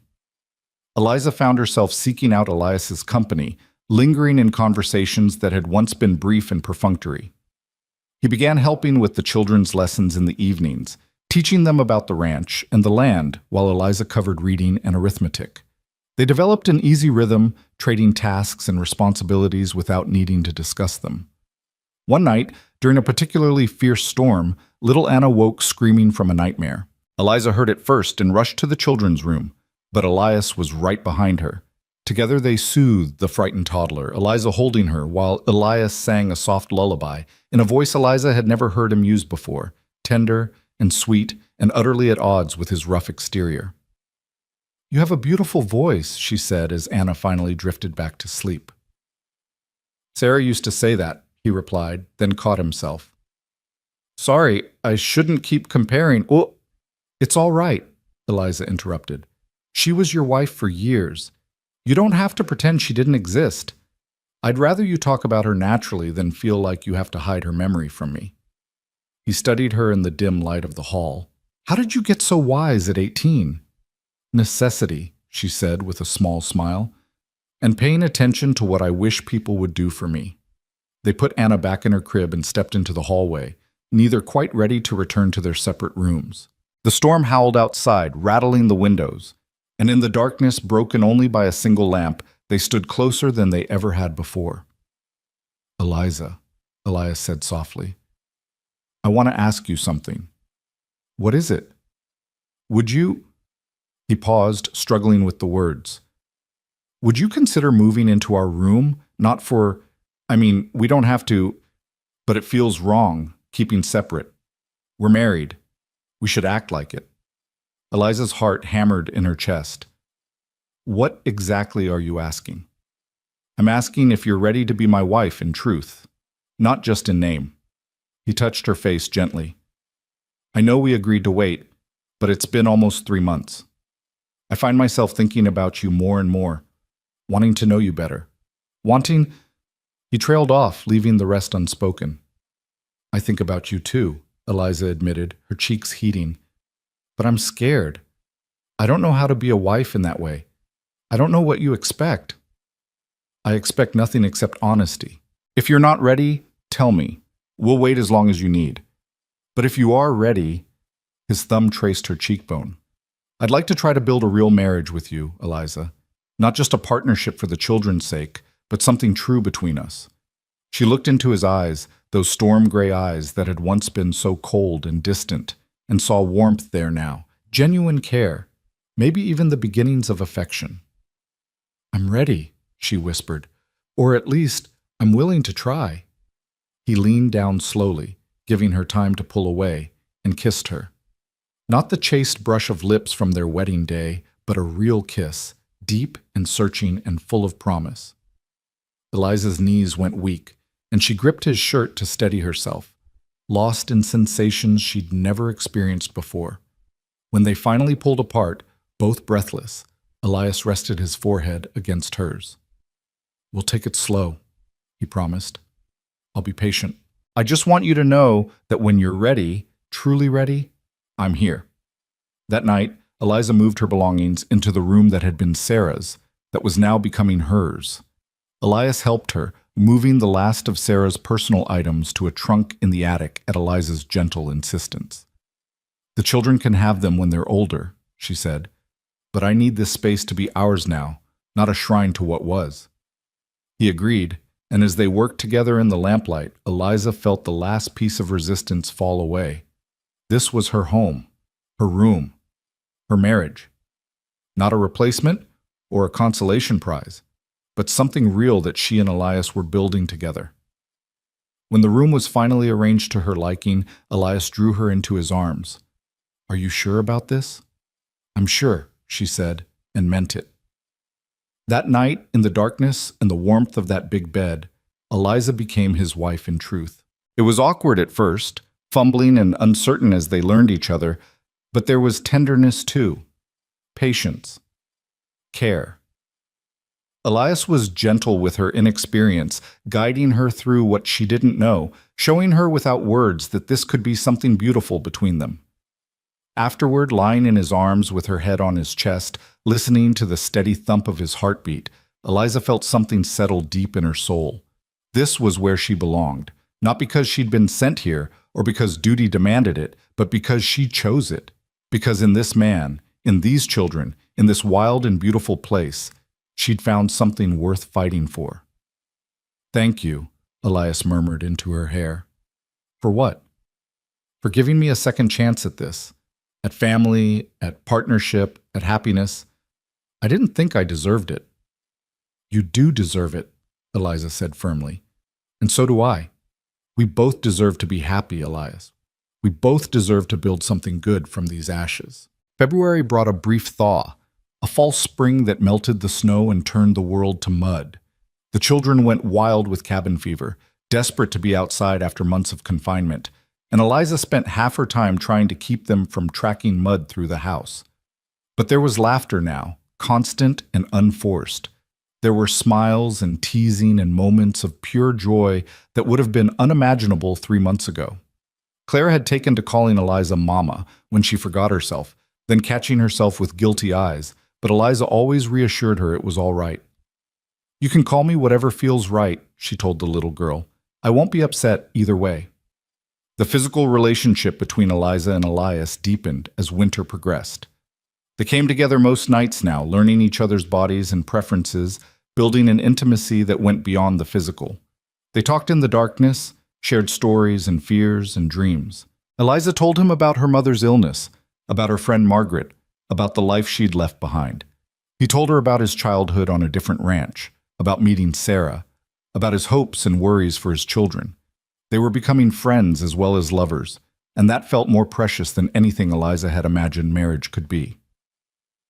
One evening in late February, Eliza was washing dishes when she felt Elias's arms come around her from behind, his chin resting on her shoulder.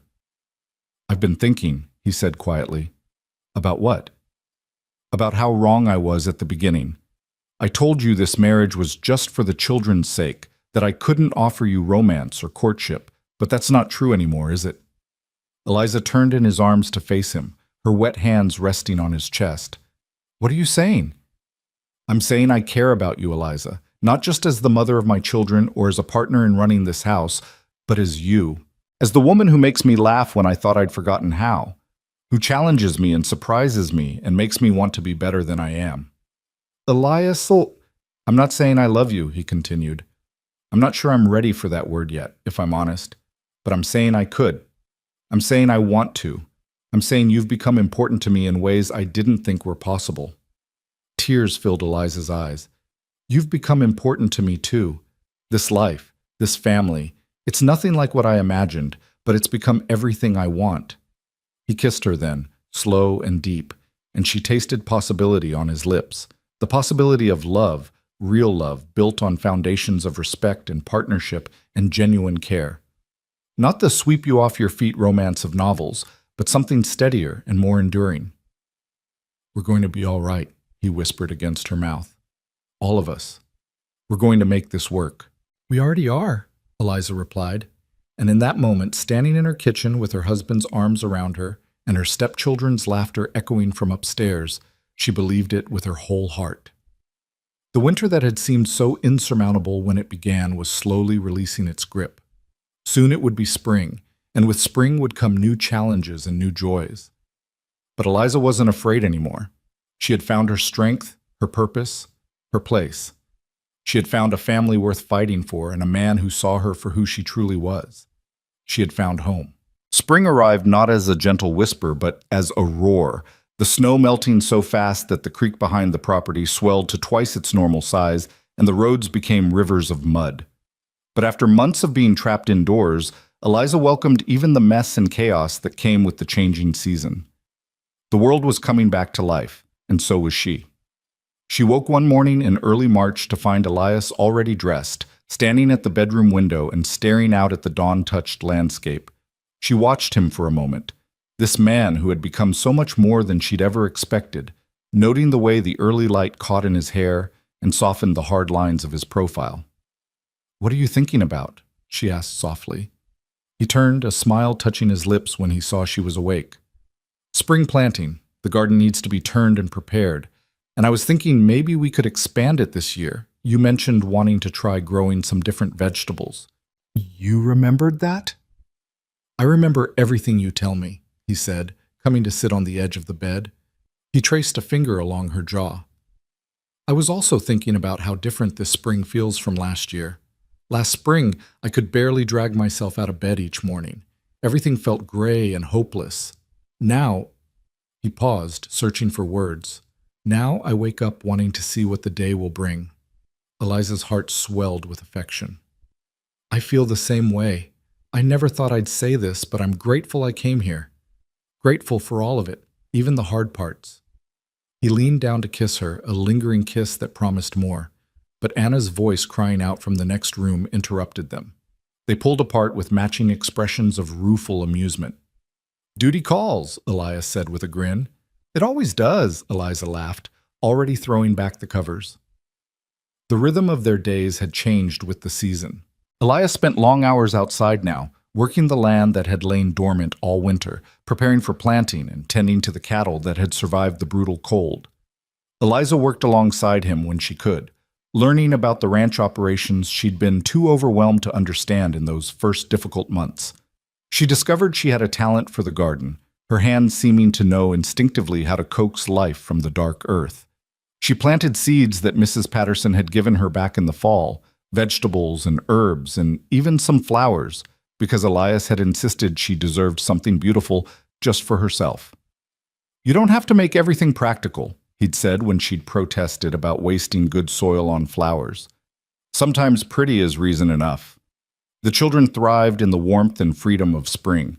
Jacob had grown noticeably taller over the winter, shooting up so fast that his trousers were suddenly too short. He spent every spare moment following his father around the ranch, learning the work with an earnestness that made Eliza's chest ache with pride.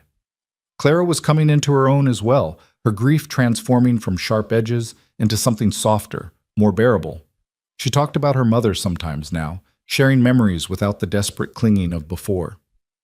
"Mama used to love spring," Clara said one afternoon as she helped Eliza plant seeds in the garden.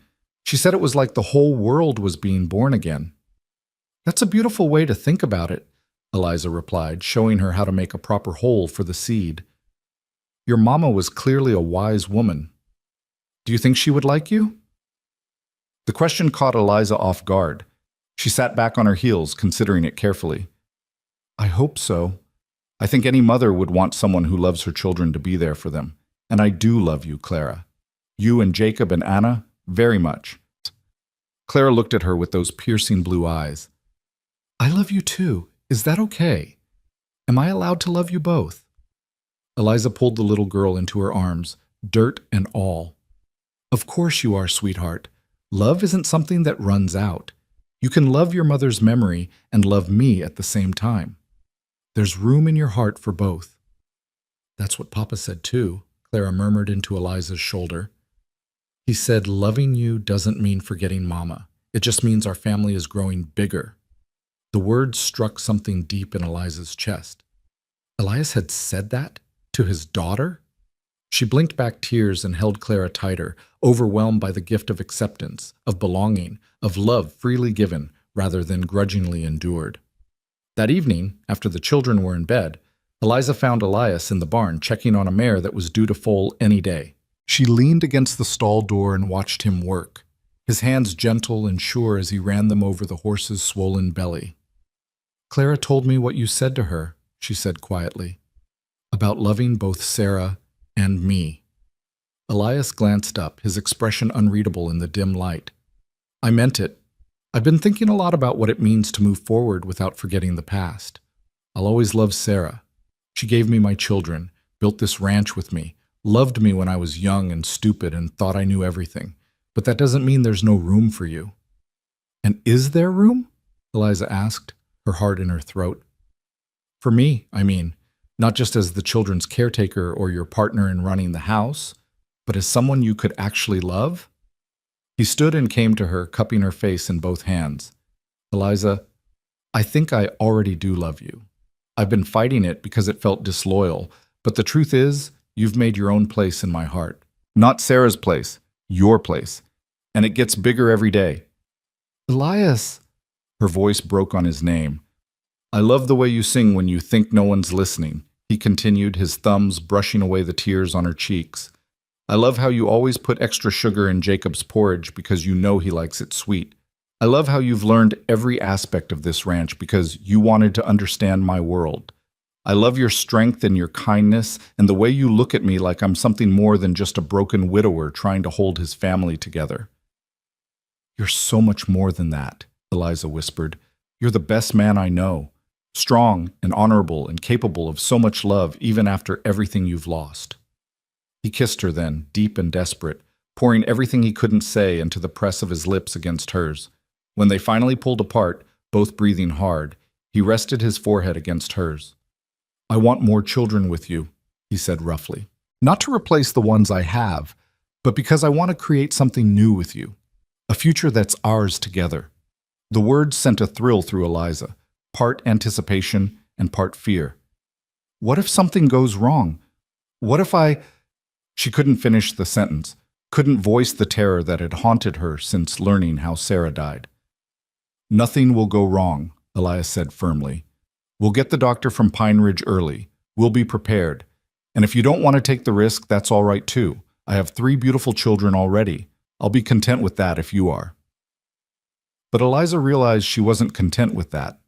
She wanted a child of her own, a baby that would be both hers and Elias's, a living symbol of the love they'd built from such unpromising beginnings. I want it, she said.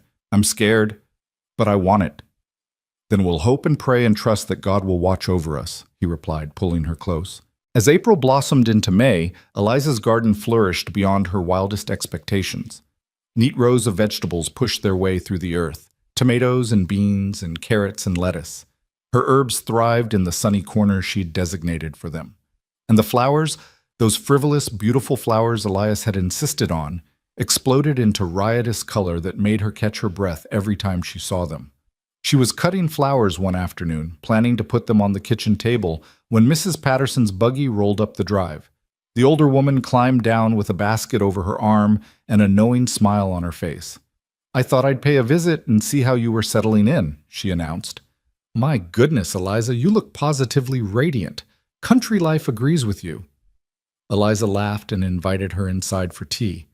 As they sat in the kitchen, Eliza's kitchen, she thought with satisfaction, Mrs. Patterson studied her with shrewd eyes. You're happy, she said. It wasn't a question. I am, Eliza admitted. I never expected to be, but I genuinely am. And Elias? How is he? Better. So much better than when I first arrived. She paused, searching for the right words. We're building something real together, not just for the children's sake, but for ourselves. Mrs. Patterson reached across the table to pat her hand. I'm glad, dear. I won't lie. I worried about you when you first arrived. You seemed so young and fragile, and Elias was so lost in his grief. I wasn't sure either of you would survive the winter, let alone thrive, but you've proved me wrong, and I've never been happier about it. I had good teachers, Eliza said. You and Mrs. Henley both helped me so much. We gave you the tools, but you did the work. You should be proud of yourself, Eliza McKenna. After Mrs. Patterson left, Eliza stood in her garden and let herself feel the full weight of that pride. She had done this.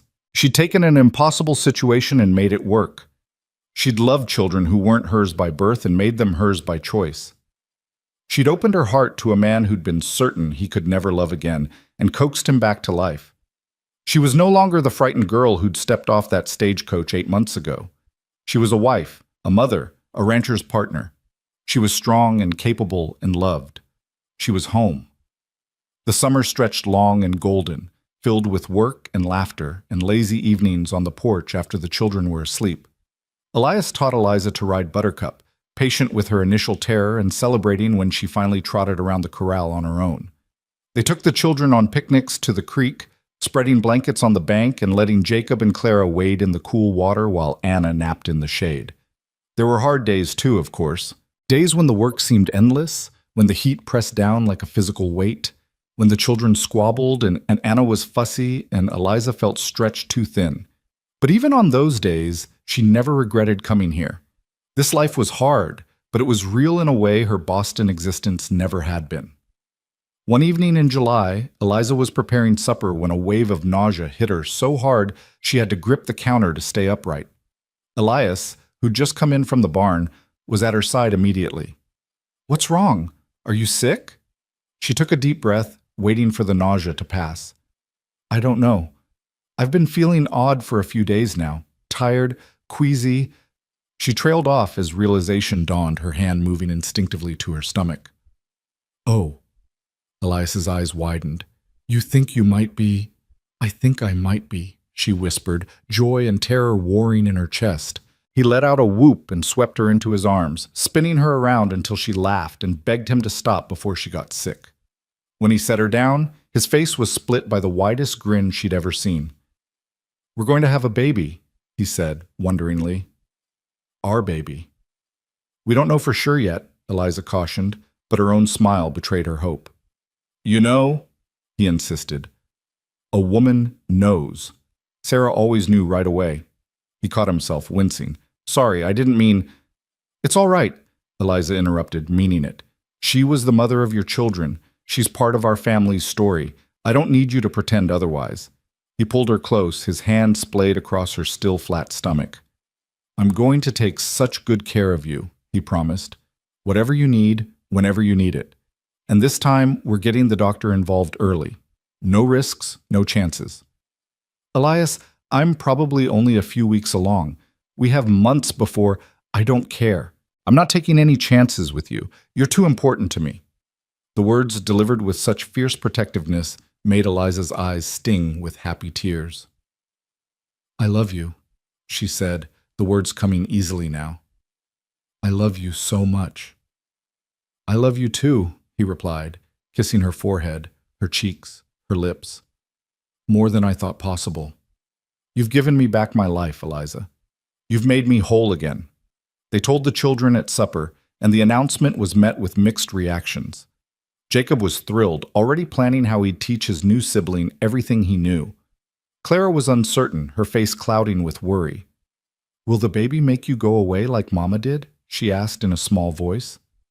Eliza's heart broke at the question. She pulled Clara into her lap, holding her tight. No, sweetheart, I'm going to be just fine. Your papa and I are going to make sure of it. Promise? I promise, Eliza said, praying she could keep it. As summer ripened toward fall, Eliza's pregnancy progressed smoothly. True to his word, Elias had the doctor from Pine Ridge come out to examine her in August. Dr. Brennan pronounced her healthy and strong, the baby developing normally, and predicted a spring birth. You're built better for childbearing than Sarah was, he told her bluntly. Wider hips, stronger constitution. Barring any complications, you should come through this just fine. The reassurance helped, though Eliza couldn't quite shake the fear that lingered at the edges of her consciousness. She'd seen Sarah's grave, heard the stories of how she'd died. The specter of that possibility haunted her dreams sometimes, leaving her gasping awake in the darkness. But Elias was always there, pulling her close and murmuring reassurances until she calmed. You're not Sarah, he'd remind her. You're Eliza. Strong, capable Eliza, who survived a frontier winter and tamed my wild children and made me believe in happiness again.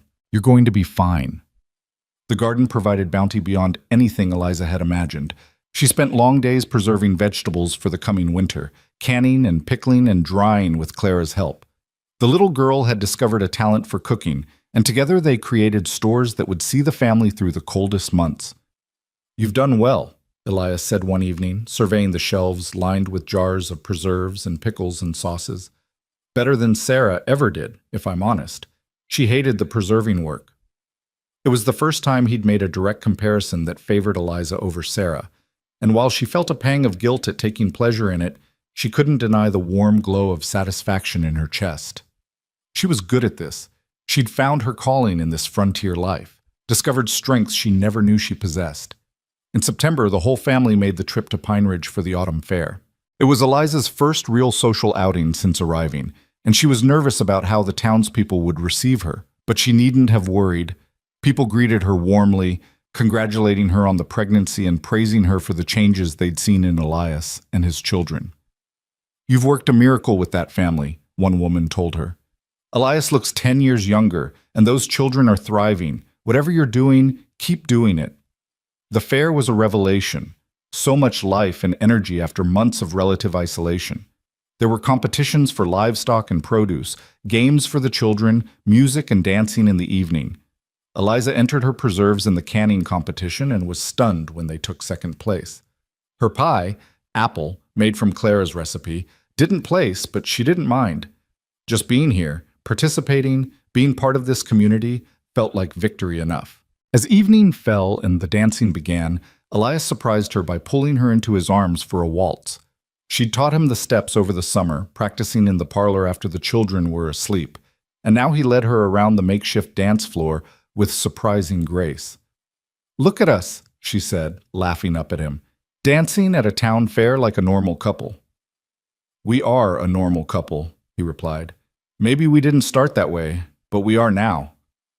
She looked around at the other dancers, at their friends and neighbors watching with approval, at her children, Yes, her children, playing nearby with other youngsters. This was her life. This was her community. These were her people. I never thought I'd say this, she murmured, but I'm glad my father sent me here. I'm glad for all of it. The fear, the struggle, everything. Because it led me to this, to you. Elias pulled her closer, mindful of her growing belly. Sometimes the life you never wanted becomes the one you were meant for, he said, echoing words her mother had spoken what felt like a lifetime ago. Yes, Eliza agreed, resting her head against his chest. Yes, it does. On the wagon ride home, beneath a sky full of stars and a moon so bright it cast shadows on the road, Clara fell asleep against Eliza's shoulder while Jacob dozed beside his father, and Anna snored softly in Elias's lap. The night was cool, but not yet cold, that perfect temperature that promised the harvest would be good and winter would be kind. This was a good day, Elias said quietly, so as not to wake the children. The best, Eliza agreed. We should do something special for your birthday next month. You'll be 19, practically ancient. She laughed softly. I feel ancient sometimes, like I've lived 3 lifetimes in the past year. You've certainly earned some gray hairs, he teased. What with dealing with me and 3 children and a pregnancy all at once? I wouldn't change any of it, she said seriously. Not one single thing. He reached over and took her hand, lacing their fingers together. Neither would I. Well, maybe I'd change how much of a stubborn fool I was in the beginning. I wasted months being cold to you when I could have been getting to know the remarkable woman my wife is. We got there eventually. That's what matters. We did, he agreed. And we're going to have so many more years to keep getting there. Growing old together, watching our children grow up, welcoming grandchildren someday. Building a life that's ours. The future stretched out before them, bright with possibility. A future neither of them had chosen, but both had claimed. A future built on the ashes of grief and the foundations of respect, partnership, and deepening love. As the ranch house came into view, lights glowing warm in the windows, Eliza felt something settle deep in her soul. This was home. Not the place she'd been born, not the life she'd been raised for, but the life she'd earned through courage and perseverance and the willingness to open her heart even when it was terrified. They carried the sleeping children inside, tucking them into their beds with practiced efficiency born of months of routine. When the house was finally quiet, Elias drew Eliza into their room, no longer his or Sarah's, but theirs, together. Thank you, he said, pulling her into his arms. For what? For taking a chance on us. On me. For seeing something worth fighting for when everything seemed impossible. For loving my children and teaching me how to live again. For all of it. Eliza kissed him, pouring all her love and gratitude and hope into it. Thank you for letting me, she whispered against his lips. Thank you for opening your heart when it would have been so much easier to keep it closed. Thank you for building this life with me. They stood there in the darkness, holding each other, 2 people who'd been brought together by necessity but had chosen each other by love. The road had been hard, the journey far from smooth, but they'd arrived at something real and precious and worth every difficulty. Outside, an owl called to its mate. The wind rustled through the willow tree above Sarah's grave, a reminder that the past was always present but no longer overwhelming. Inside, a new family had been forged from loss and hope, stronger for having been tested, richer for having been earned. And in the morning, they would wake to face whatever challenges the day brought, together. Always together. That was the promise they'd made, the commitment they'd honored, the love they'd built one day, one moment, one choice at a time. It was enough. They were enough. And the life they were creating, imperfect, difficult, beautiful, was more than either of them had dared to dream possible. October painted the Colorado landscape in shades of gold and crimson, the aspens on the mountainsides burning bright against the deep blue sky. Eliza's 19th birthday came and went with a small celebration, a cake Clara had helped bake, wildflowers Jacob had picked, and a new shawl Elias had commissioned from Mrs. Patterson, soft wool in a deep green that brought out the color of Eliza's eyes. You spoil me, she'd said, running her hands over the fine weave. Not nearly enough, Elias had replied, kissing her temple. You deserve the world, and all I can give you is a shawl. but he was wrong. He'd given her so much more than that. He'd given her a home, a family, a purpose. He'd given her his heart, slowly and carefully, like the precious gift it was. And now, with her belly growing round with their child, he was giving her the future she'd never dared to imagine. The pregnancy progressed through autumn with only minor discomforts. Eliza tired more easily now, her back aching from the extra weight she carried, but she refused to let it slow her down completely.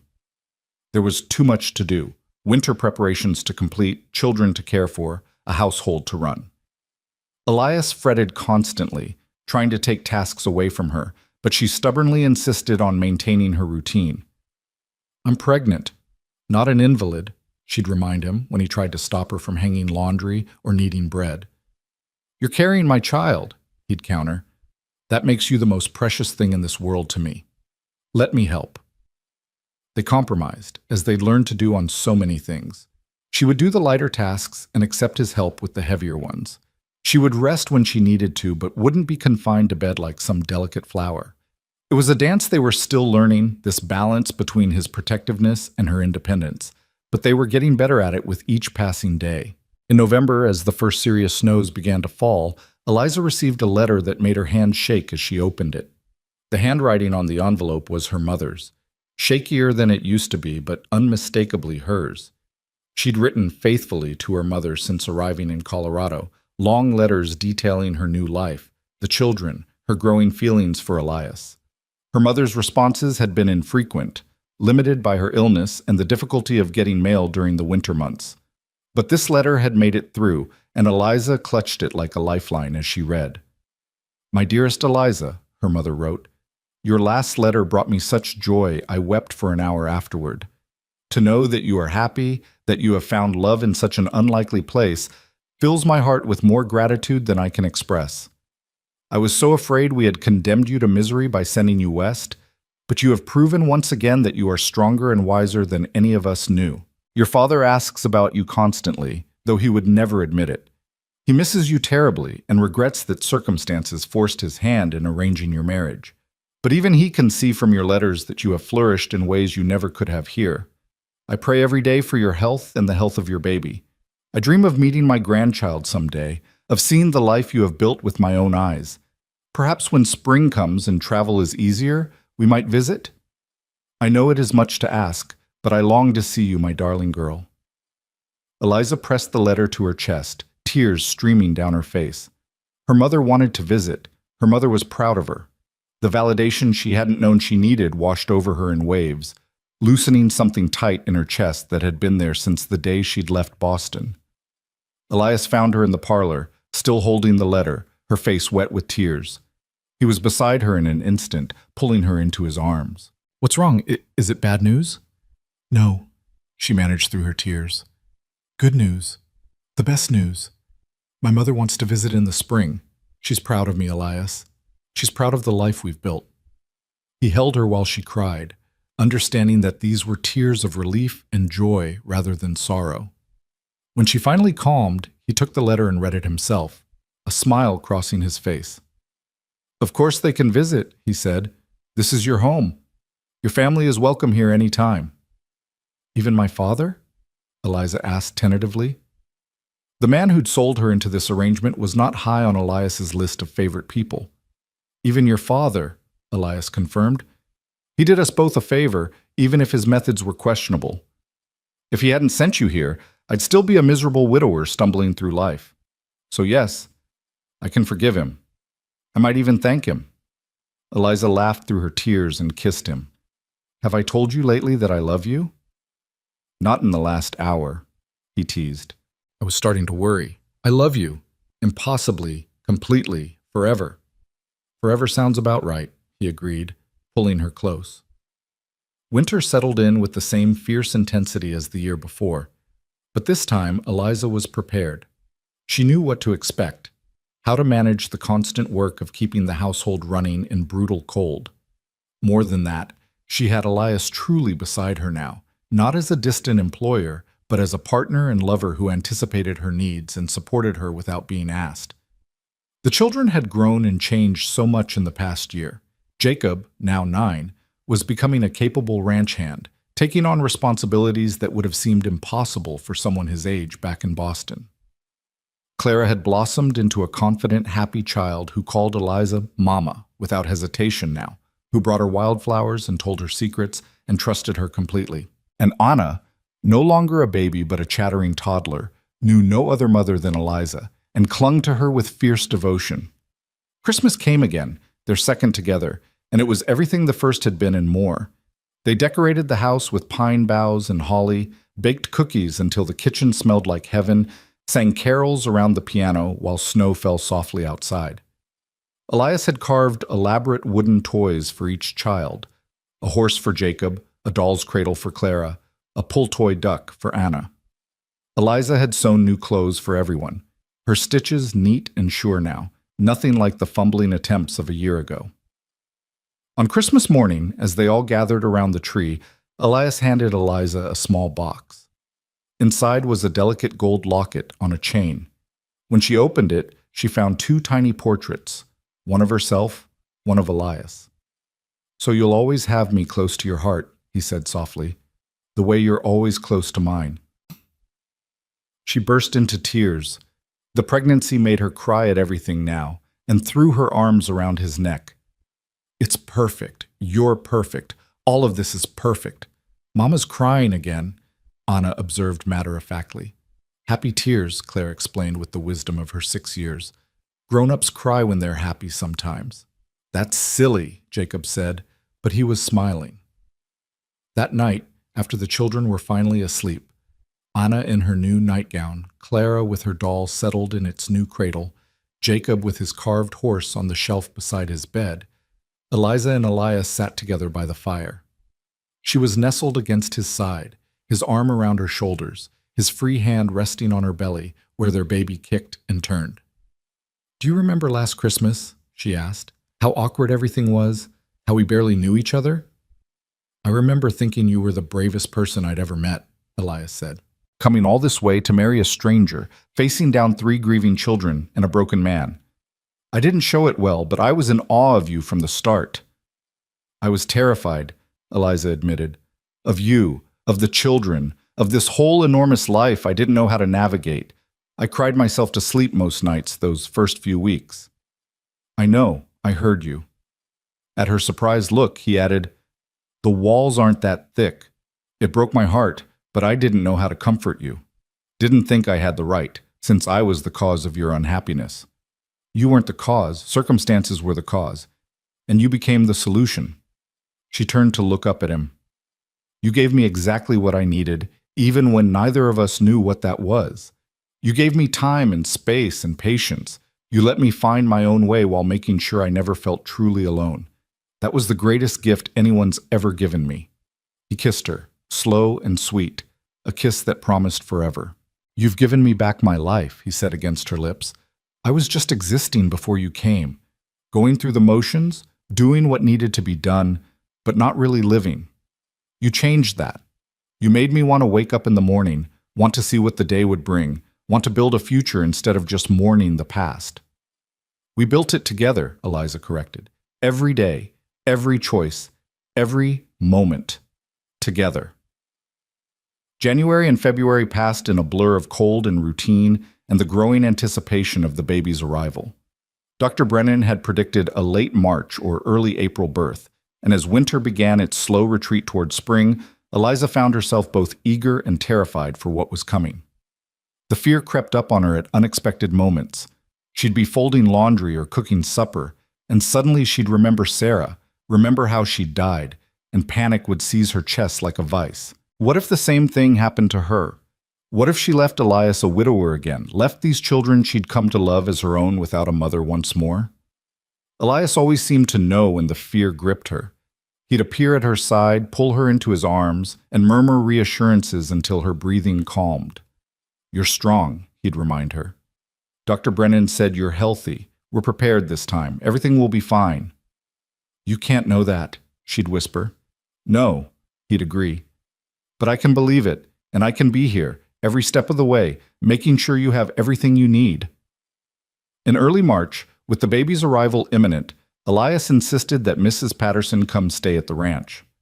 The older woman was delighted to be included, arriving with her carpet bag and a wealth of experience, having attended dozens of births over her years in Pine Ridge. "You're going to do wonderfully, dear," she assured Eliza. "I can tell just by looking at you. Strong bones, healthy color, baby sitting right where it should be. This will all be over before you know it, and you'll have a beautiful baby in your arms." But when Eliza's pains began on a cold morning in late March, all the reassurances in the world couldn't chase away the fear. It started as a dull ache in her lower back, something she initially dismissed as the normal discomfort of late pregnancy.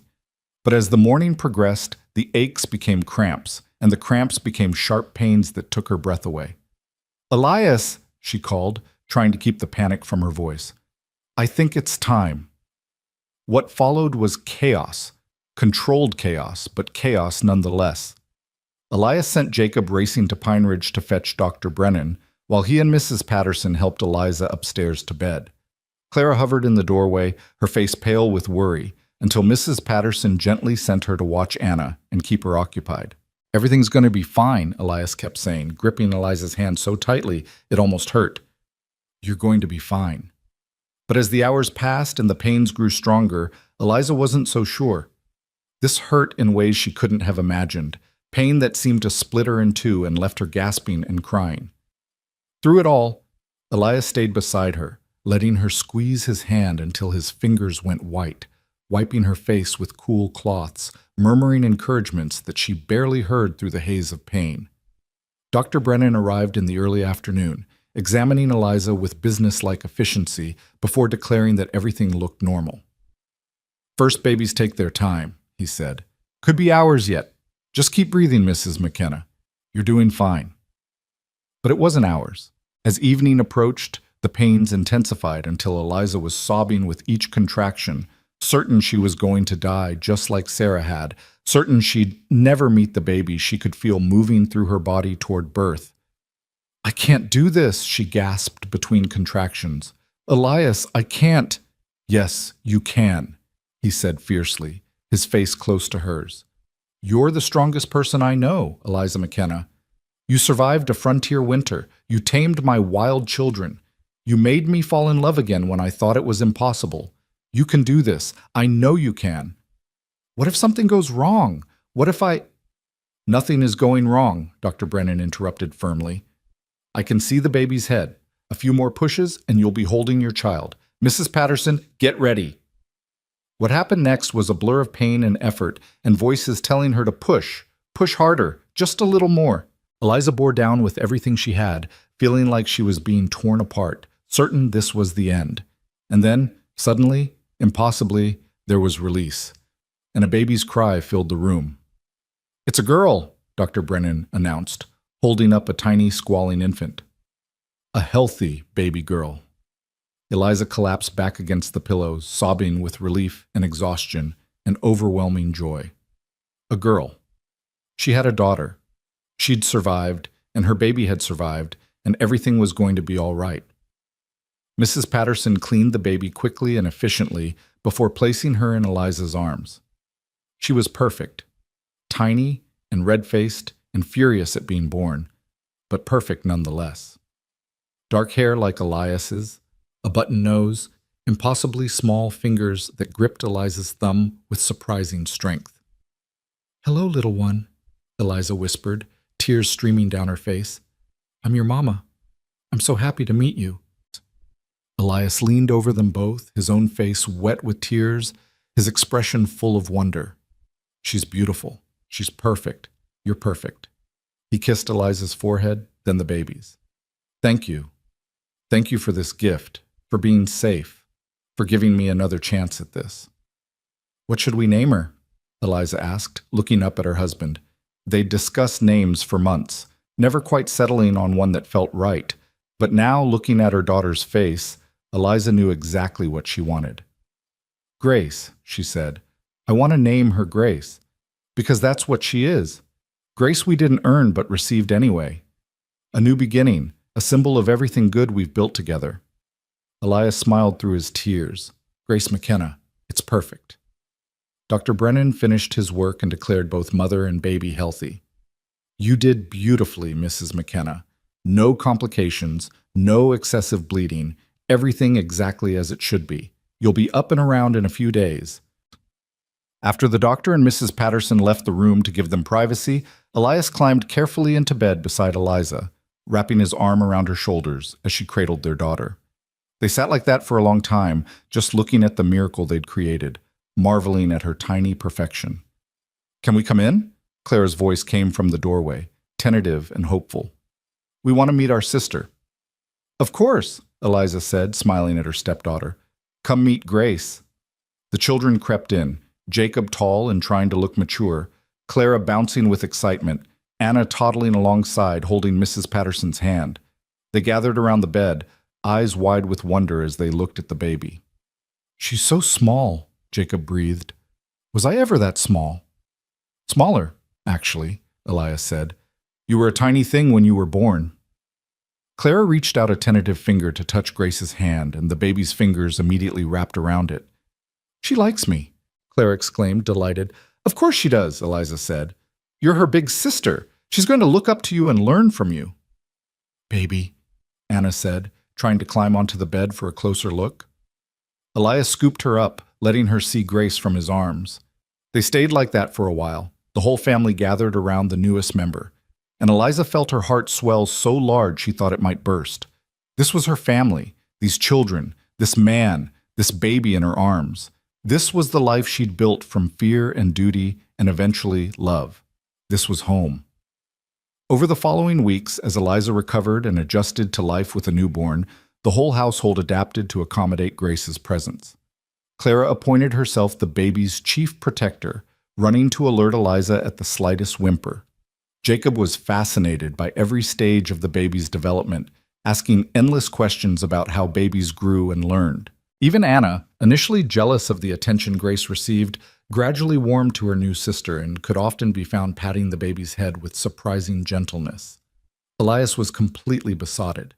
He'd been a good father to his older children, but there was something different about experiencing this from the beginning with Eliza by his side.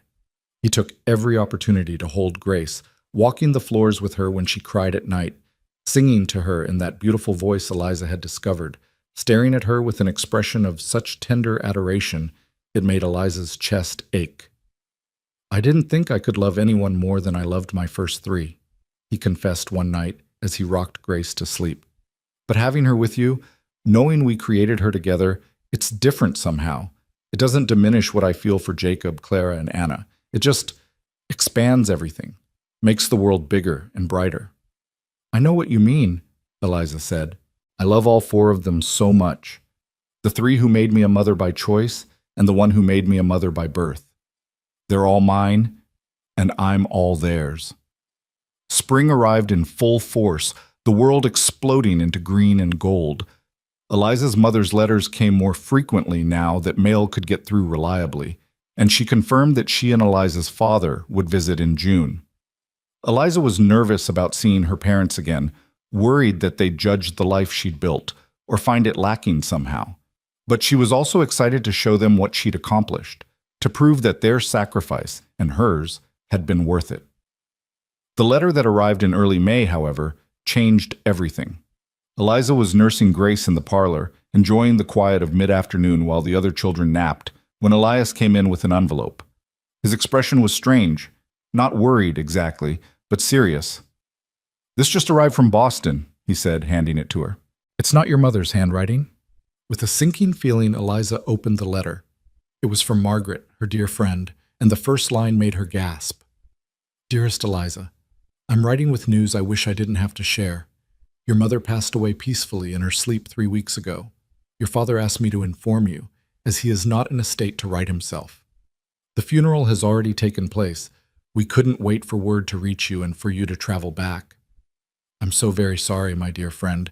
Your mother spoke of you constantly and was so proud of the life you'd built in Colorado." The letter continued, but Eliza couldn't read through her tears. Her mother was gone. The woman who'd raised her, loved her, encouraged her to be brave even when being brave had seemed impossible. Gone. And Eliza hadn't been there, hadn't said goodbye, would never see her again. Elias took Grace from her arms and passed the baby to Mrs. Patterson, who'd appeared in the doorway drawn by Eliza's sobs. Then he pulled Eliza into his arms and let her cry, holding her while she grieved, offering no empty platitudes but simply being there the way he always was. "I should have gone back," Eliza sobbed into his chest. "I should have visited. I should have—" "You couldn't have known," Elias said firmly. "And your mother knew you loved her. Your letters told her that. She died knowing you were happy and settled and building a beautiful life. That's what she wanted for you. She was supposed to visit. She was supposed to meet Grace." "I know, love, I know." The grief was a physical weight pressing down on Eliza's chest until she could barely breathe. For days she moved through her routines mechanically, caring for the children and the baby because they needed her, but feeling hollow inside. The mother who'd been her anchor, her confidant, her greatest supporter, gone.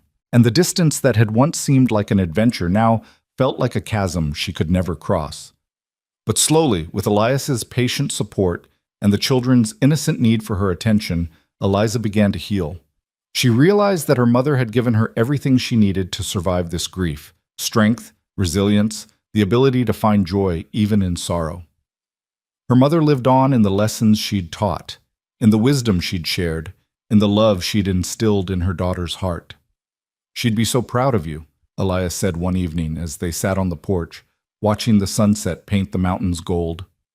Grace was asleep in Eliza's arms, and the other children were playing in the yard. "Look at everything you've built here. Look at this family, this life." She'd see all this and know that sending you here was the right choice. "Do you think so?" Eliza asked, wanting desperately to believe it. "I know so. You've become exactly the kind of woman she hoped you'd be. Strong, compassionate, capable of great love. That's her legacy, Eliza. That's how she lives on." Another letter arrived in late May, this one from her father. His handwriting was shaky, his words stilted with grief and regret, but the meaning was clear. He was proud of her, he was sorry for the way things had happened, and he wanted to visit, if she'd allow it, to meet his grandchildren and see the life his daughter had made. Eliza wrote back immediately, welcoming him. She had no anger left for him, no resentment over the arrangement that had brought her here. How could she, when it had led to this? To Elias and the children, to Grace and this ranch, to a life richer and fuller than anything she could have had in Boston. Her father arrived in June, looking older and more fragile than Eliza remembered. The journey had been hard on him, and grief had carved new lines into his face. But when he saw Eliza, healthy and strong and glowing with the confidence of someone who'd found her place in the world, his eyes filled with tears. "My girl," he said, embracing her, "look at you. Look at what you've become." "I'm happy, Papa," she said simply. "I know that wasn't the plan when you sent me here, but I'm truly happy." Over the week of his visit, Charles Callahan got to know his son-in-law and grandchildren. He watched Eliza work alongside Elias, saw how they moved together with the easy rhythm of a couple who truly knew each other. He observed the way the children adored their mother, how they sought her out for comfort and guidance and love. He held baby Grace and wept, telling Eliza that she looked just like her mother had at that age. On his last evening at the ranch, he pulled Eliza aside. "I need to tell you something," he said. "I've been carrying guilt about sending you here, about forcing you into an arrangement you didn't want. But seeing you now, seeing the life you've built, I realize it was the best thing I could have done for you." "Papa, let me finish," he interrupted gently. "In Boston, you would have married some acceptable young man from our social circle. You would have had a comfortable life, certainly, but a small one, limited, constrained by all the expectations and rules of society. Here, you've become someone extraordinary. You've found love, real love, and built a family that's yours by choice as much as by birth. You've discovered strength you never knew you had. I didn't do you a disservice, Eliza. I gave you wings, even if neither of us knew it at the time." Eliza hugged her father, tears streaming down both their faces. "Thank you," she whispered, "for giving me this chance, even if it was born of desperation. Thank you for everything." "Your mother was right about you," he said.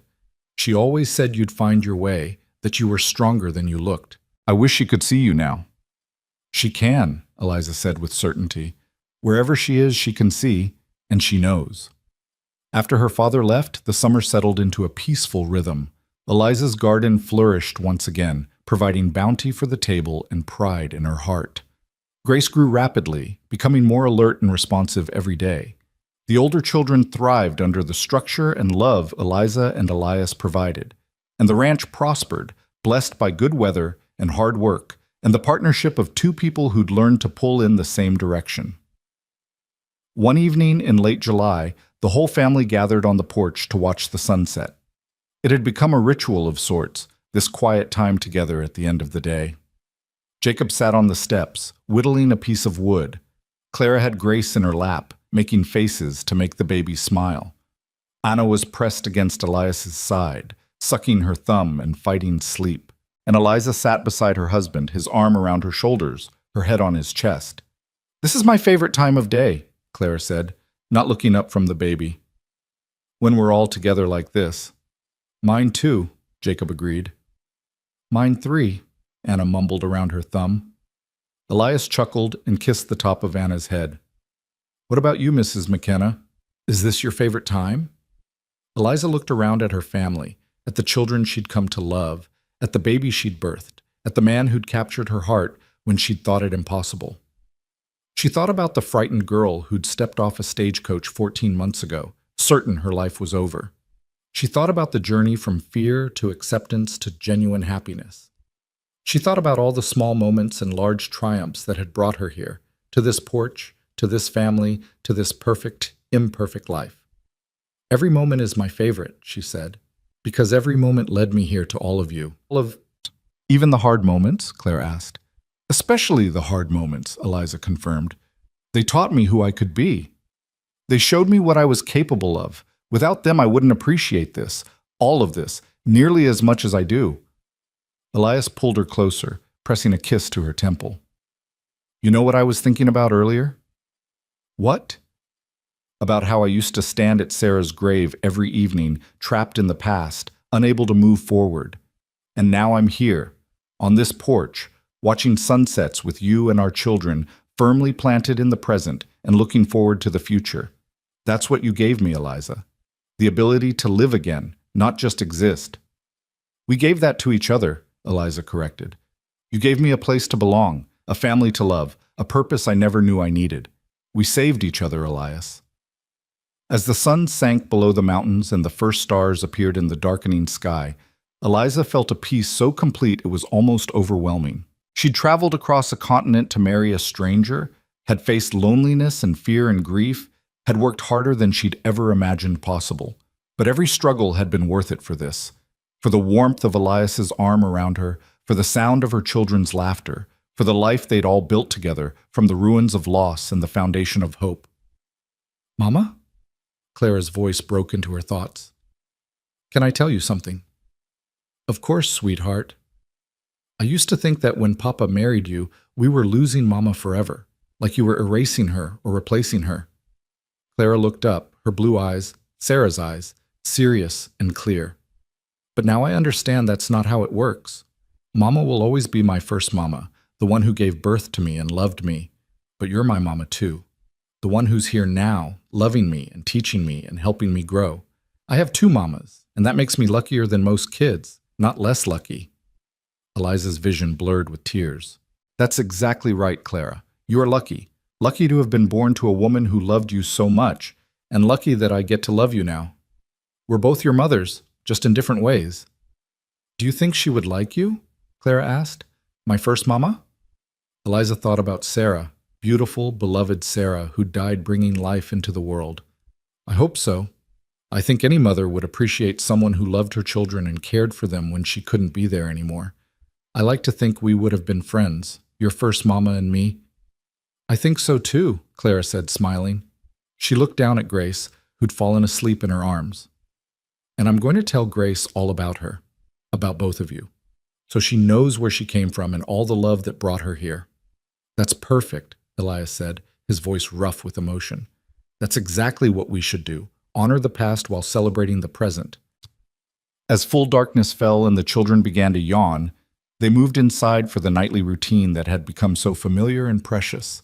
Baths and bedtime stories, prayers and tucking in, kisses and promises to see each other in the morning. When all 4 children were finally asleep, Eliza and Elias stood in the hallway, looking in on each of them in turn. Jacob sprawled across his bed with a book fallen open beside him. Clara curled up with the quilt they'd finished together, the one with Sarah's stitches and Eliza's side by side. Anna clutching her favorite stuffed rabbit, one thumb in her mouth. And Grace, tiny and perfect in her cradle, breathing softly in the darkness. "We did good," Elias whispered, wrapping his arms around Eliza from behind. "We did," she agreed, leaning back against his chest. They went to their room, the room that had been Sarah's, then Elias's, and was now truly theirs, and prepared for bed. As they lay together in the darkness, Elias's hand on Eliza's waist and her head on his shoulder, they talked quietly about plans for the coming days, for the harvest season, for the winter ahead. "I love you," Elias said, the words coming easily now, naturally, said and heard every day, but never losing their power. "I love you more than I thought possible. You've made me whole again, Eliza." "I love you too," she replied, turning to kiss him. "You've given me everything I never knew I wanted. A home, a family, a purpose, a partnership. You've made me the woman I was meant to be." They made love slowly, tenderly, celebrating the connection they'd forged and the future they were building. And afterward, as they lay entwined in the darkness, Eliza thought about the journey that had brought her here. From Boston to Colorado, from fear to courage, from loneliness to love. From a girl who'd been sold into marriage to a woman who'd claimed that marriage and made it her own. "Sometimes," she whispered into the darkness, "the life you never wanted becomes the one you were meant for." "And sometimes," Elias replied, "the person you didn't choose becomes the one you couldn't imagine living without." They fell asleep like that, wrapped in each other and in the life they'd created, blessed by the past and hopeful for the future. Outside, the Colorado night was full of stars, and somewhere in that vast darkness, Eliza liked to imagine her mother and Sarah watching over them, pleased with what their sacrifices and love had made possible. The virgin bride who'd healed the rancher's heart had found her own healing in return.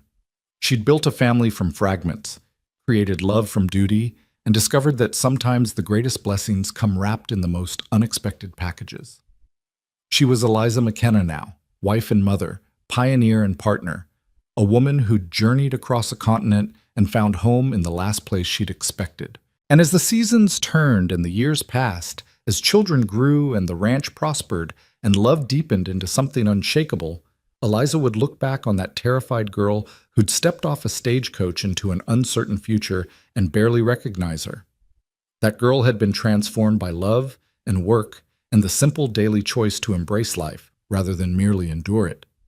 The life she'd been given had become the life she'd claimed, and that, Eliza knew with absolute certainty, was the most beautiful ending of all.